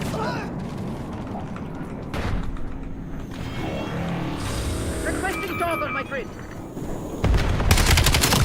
Eliminated.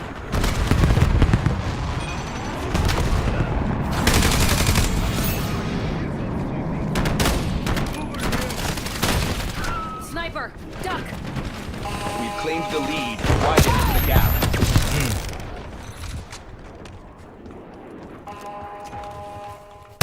That's a fucking policy breach, associate.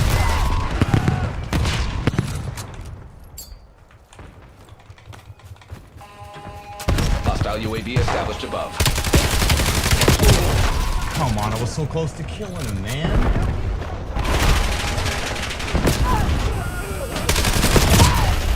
We have the enemy exactly where we want them. What is happening? Are those enemy ones too?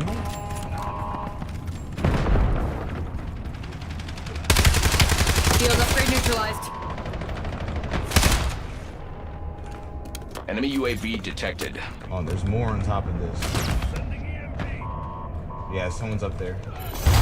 I'm getting calls from some very happy shareholders. The fact that we won that is crazy. That should keep them off our backs for a while. Scout pulse activated. Kablamo. Like triggering a great authorizing score streak. Boom. Five of them. Give me another. Oh my God. Hostiles gone.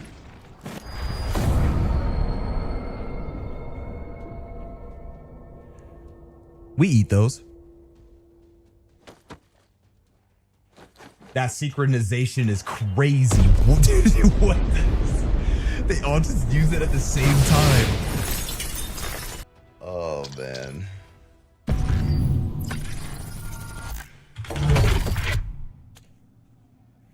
Like, all right. We getting in like that. They brought back grind. No, please vote for grind. Please, please, please, please, please. No, they brought this map back, dude. No, no. Oh, no. Who voted for Blackheart? Get him out of here. Oh, and it gets even worse. You guys should have voted for grind. I want to leave this so bad. I want to leave this. I don't have high expectations for this map.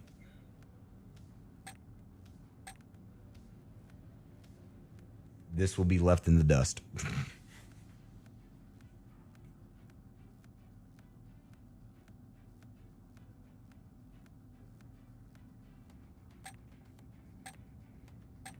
God, this map is so trash. I don't want... Oh my goodness. There's a good chance I might just freaking leave this match. This map sucks.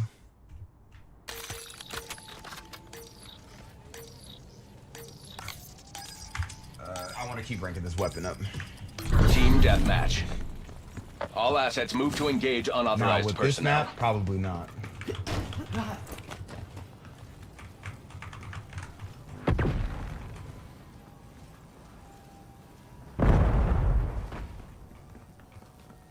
Move it here. They're done. Are they trying to run through here?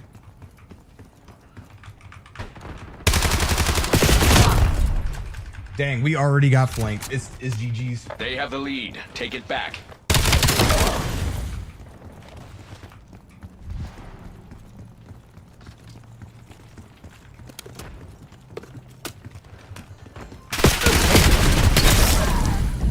How did I survive that? There was no way. He had the upper hand. Hostile UAV established above. Problem solved. Towers, not up. Dude, I almost killed him too. No. Wait, I don't know why I picked up a sniper, but shoot.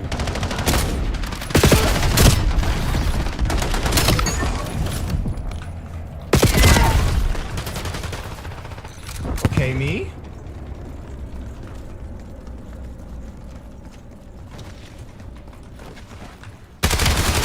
That's a fucking policy breach, associate. Sniper, duck. Cover me fire, yes. We have the lead. Maintain current posture. Who planted this over here? We have lost the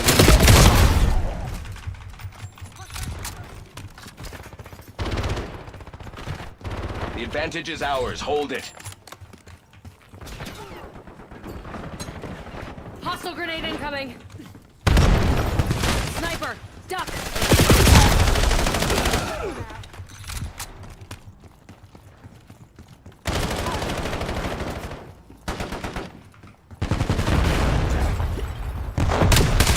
We are falling behind. I tried.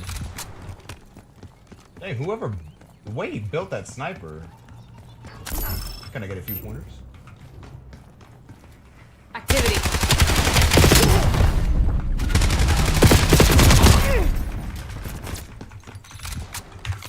Enemy Maybe UAV you know detected. What? Just for the fun of it. Tracking mover. Maybe it ain't that bad to try sniping right now.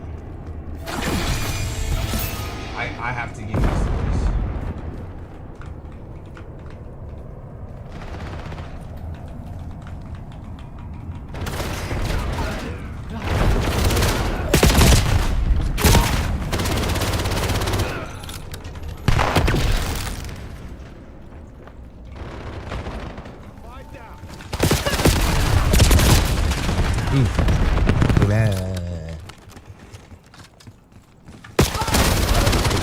Next time, watch your corner.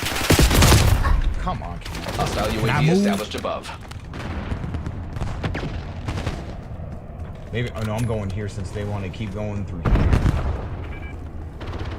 Hostile grenade incoming.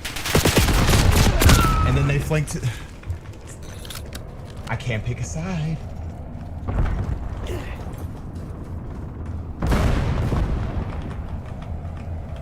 Enemy UAV detected.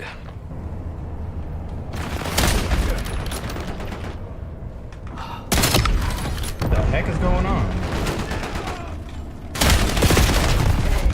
Like, why were they moving like that?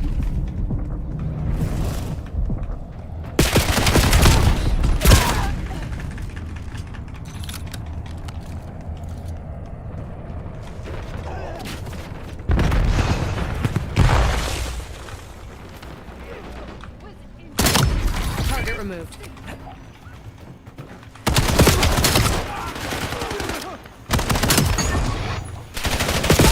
Outpost ready. Yourself. It's just business.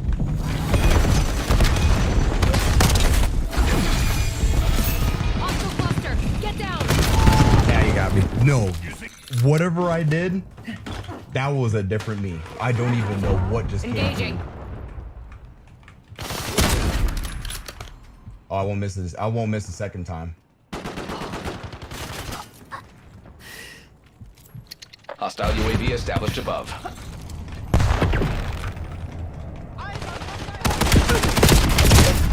You were so lucky. Oh, man.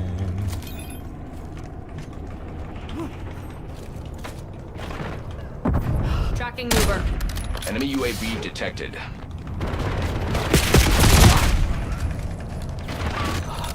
You could have sneak killed me right then and there.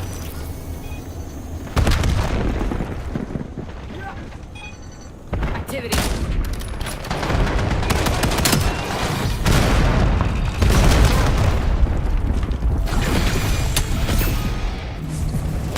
There was an EMP disruption, so someone was up there.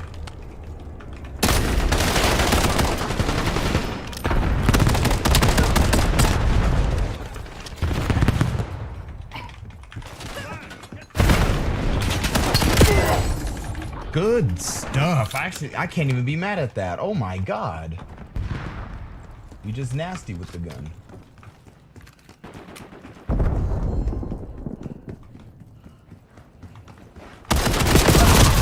Dang, how did I miss that? Performance is trending below acceptable thresholds. That's okay.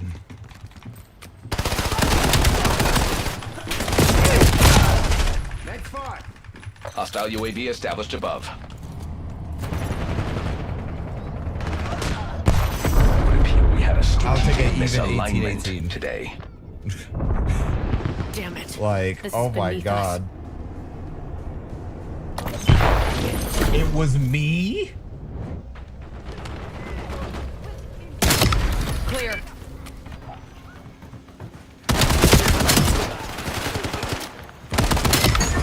Oh my goodness.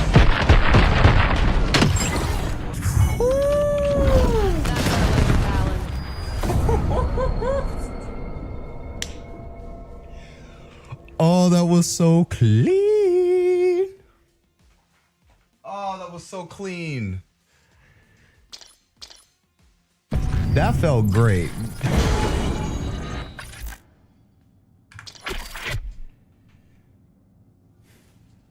Yeah, that was gross. That I don't know what came out of me on that one. That was beautiful.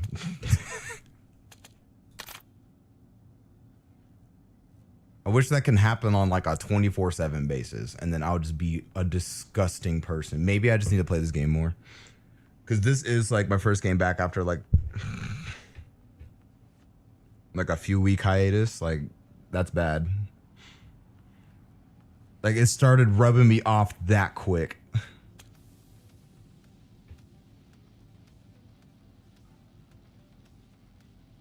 Now we're going machine gun on this one. It's crazy that the sniping still feels great in this. Feels amazing. Amazing to the zing. A zing, a zing, a zing.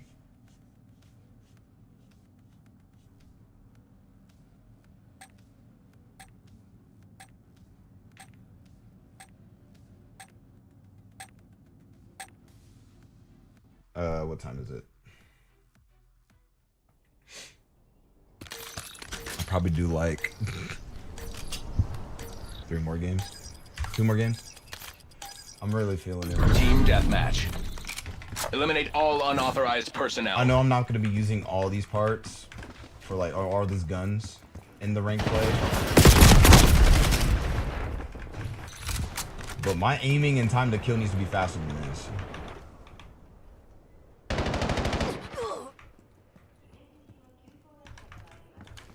Sighting in.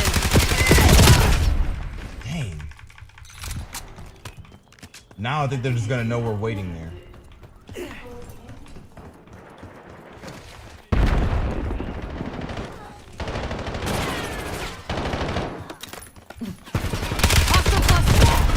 Come on, man. If there's one person, there's another. We've claimed the lead. Widen the gap.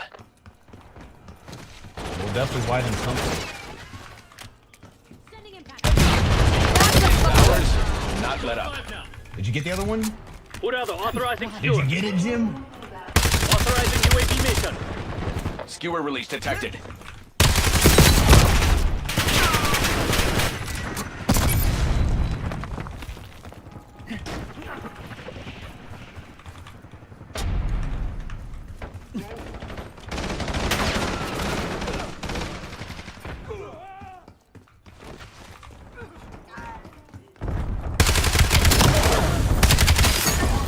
Got an AFK'er. Hostile shock charge identified. Eliminated.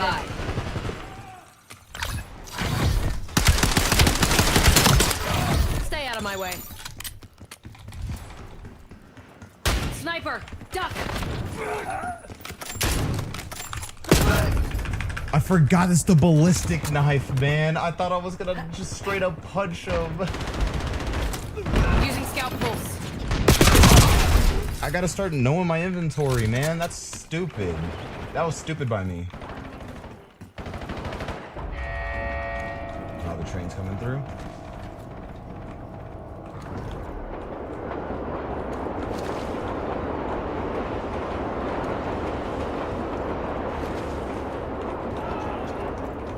Logging UAV mission request. Sniper, duck.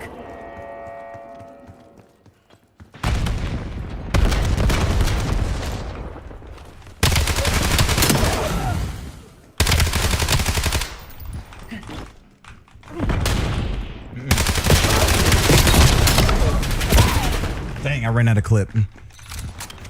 The dude got mixed. Movement is peak right now. Enemy. Incoming impact. That's a fucking policy breach, associate. I thought so. There was so much happening around me.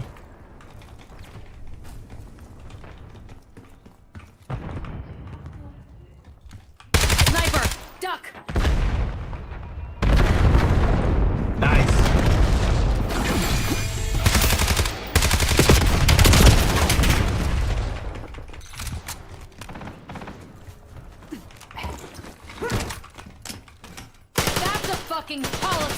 associate. Eyes on hostile drone pod. Sniper! Hostile skewer inbound. Hostiles removed your assault pack.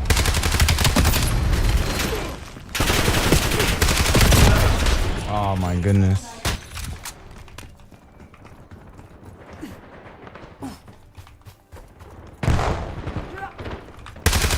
They're all just camping in this back part here.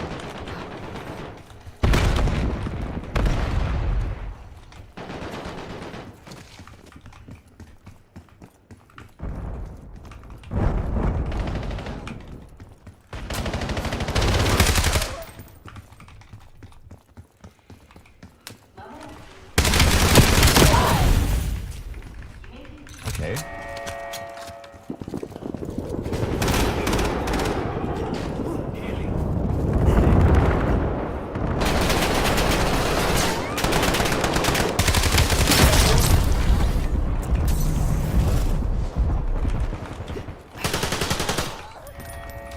That's a fucking policy breach, associate. Then the snipers in. Doesn't matter any game scenario, there's always that one sniper.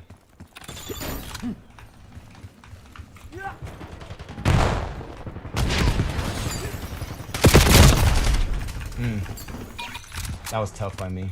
Authorizing UAV mission.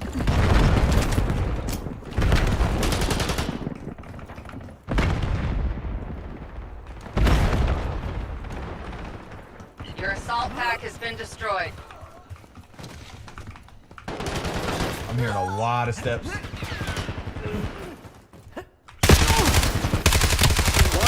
Sniper! Duck!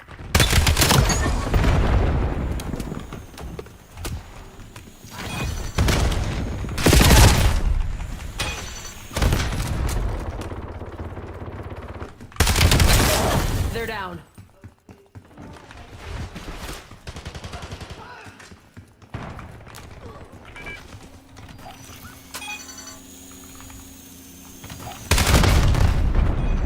Skewer release detected. Sending frag.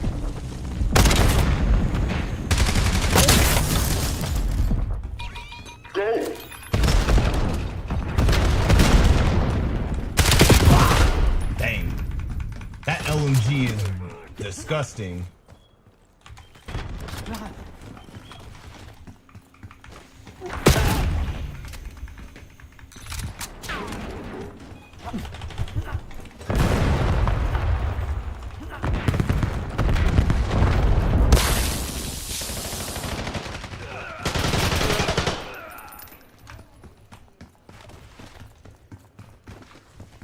Authorizing UAV mission. Keep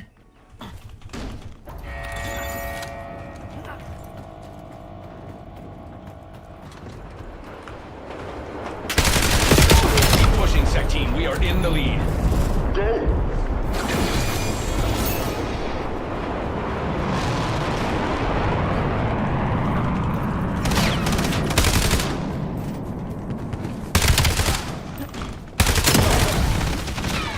Time's up. You are catching eyes over here. Keep up the effort. Yeah. Excellent. You know I like a predictable outcome.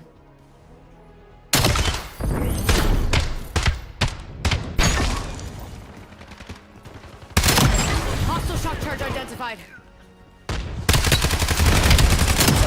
Next.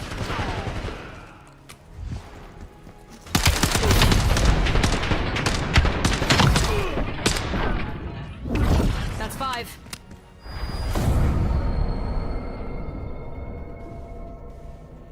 I'm getting a lot of play of the games here, and they're all kind of doing great. I'm not complaining. We're locked. We are so locked. All right. Okay, I already got like one more in me.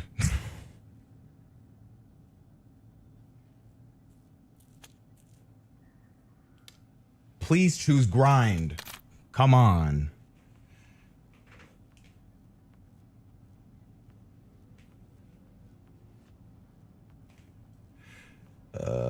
Will I snipe? I don't think I'm gonna snipe on this one. I think that's a bit much.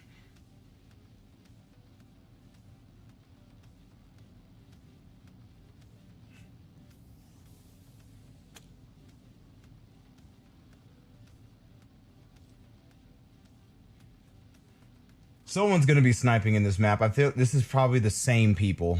So I'm already gonna have a high expectations of someone sniping in this one. Not surprised. I should play this game on controller too to see. It's been years since I played this game on controller. This like just Call of Duty in general.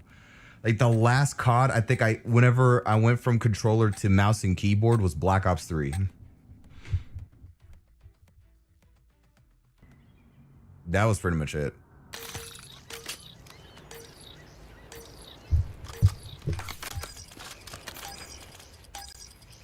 Team deathmatch. Move to engage all hostiles. Nah, we'll keep using the AK-27. We got the advantage. Now we have to keep it.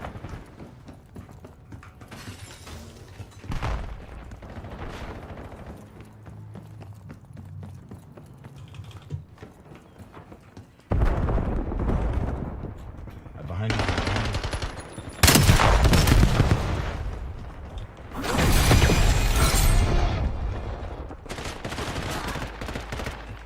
They're gonna spawn back here. Yep.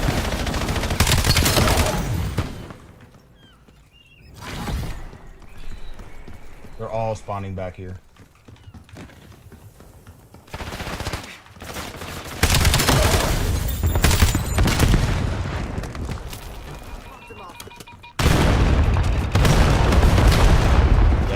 Got the lead. TACOM, get a UAV in the air. Good stuff, good stuff. Aguinaldo calling in a CUAV.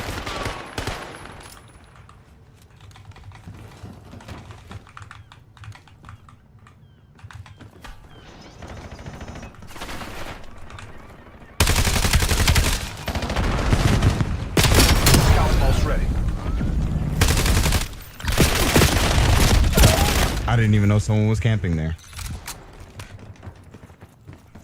They make no noise until they fire the weapon.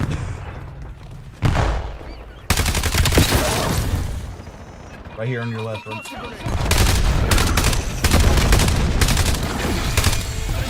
Shoot that?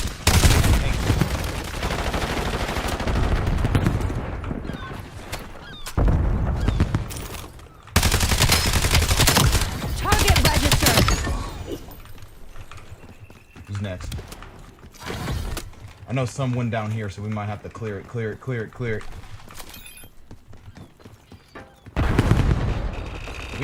no one?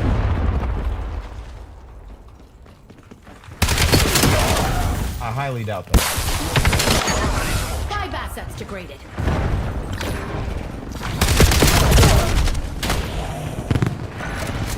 Wasn't expecting the double whammy right there.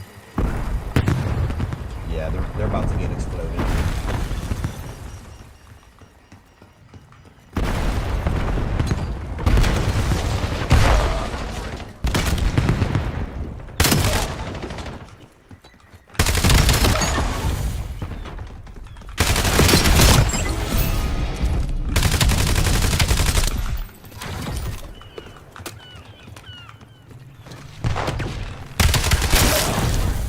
Hostile removed. Nice. Enemy drone pod working.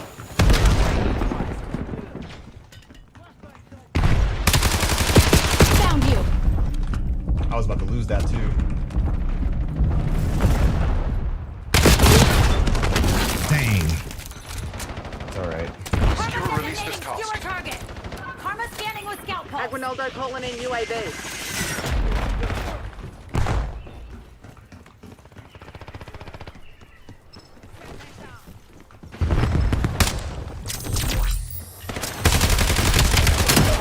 Power no.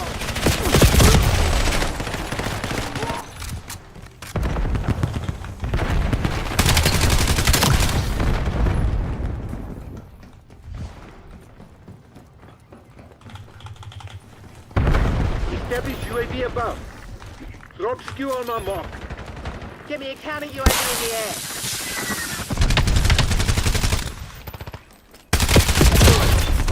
Oh man, I sold that.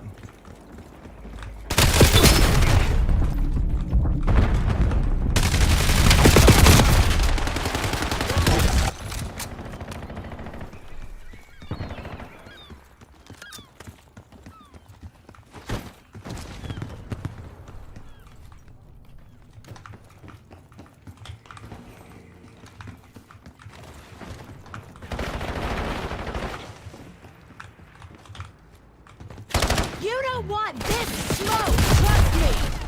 Right there on the. Ooh, see if they can get it on the left. They probably can.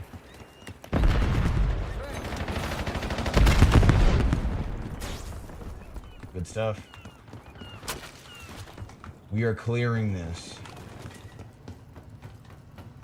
Gotta move up. Dad always taught us to make good on our debt.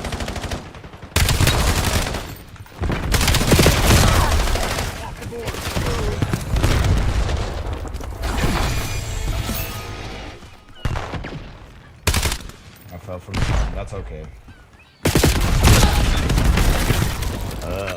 How is he not my nemesis? I've been getting killed by this guy. What? TACOM, launching UAV. You can get up there? Enemy UAV detected.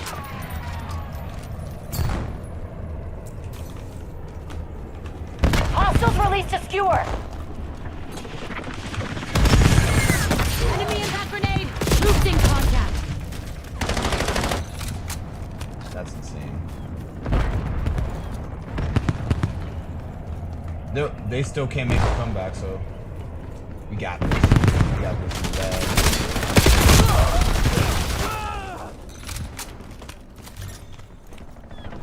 What is going on in Black Ops 7? We're not gonna talk about that game-breaking glitch?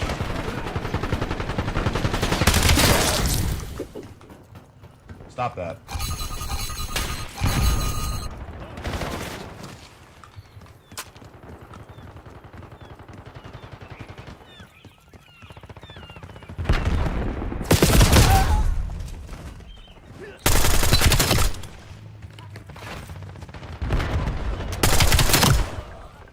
What? TACOM, get a UAV in the air. Thank you. Get him out of the air.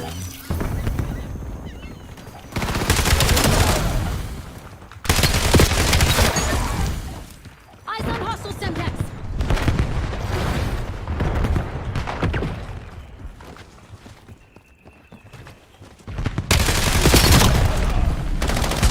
Scout hull standing by.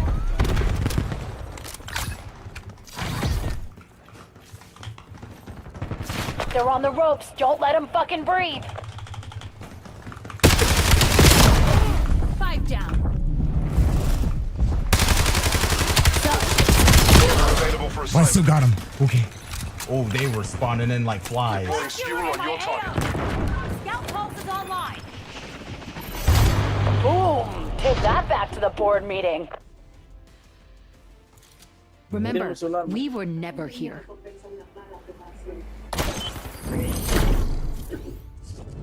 What? So what's the glitch with this?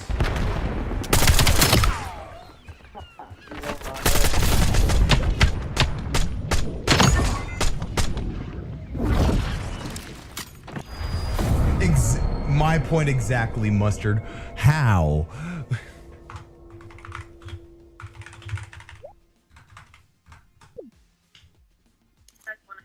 Like, what the? How did he do it?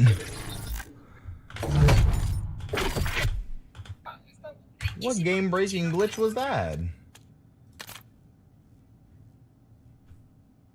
Yeah, I think I had enough for today after seeing that. That's crazy. Wait, what the heck did I just even witness? What was that? Oh my goodness. Well, I hope you guys liked my rant. I hope you guys liked my opinions. Hope you guys liked everything else about what happened. Like, subscribe, follow. Everything will be down in the link below for everything else. That includes everything for Kick, YouTube, Twitch. Not much to TikTok because I think TikTok, I don't know what I have lined up for TikTok, but yeah. Yeah. Hope you guys have a good weekend. You guys have a good night. And as always, may the force be with you.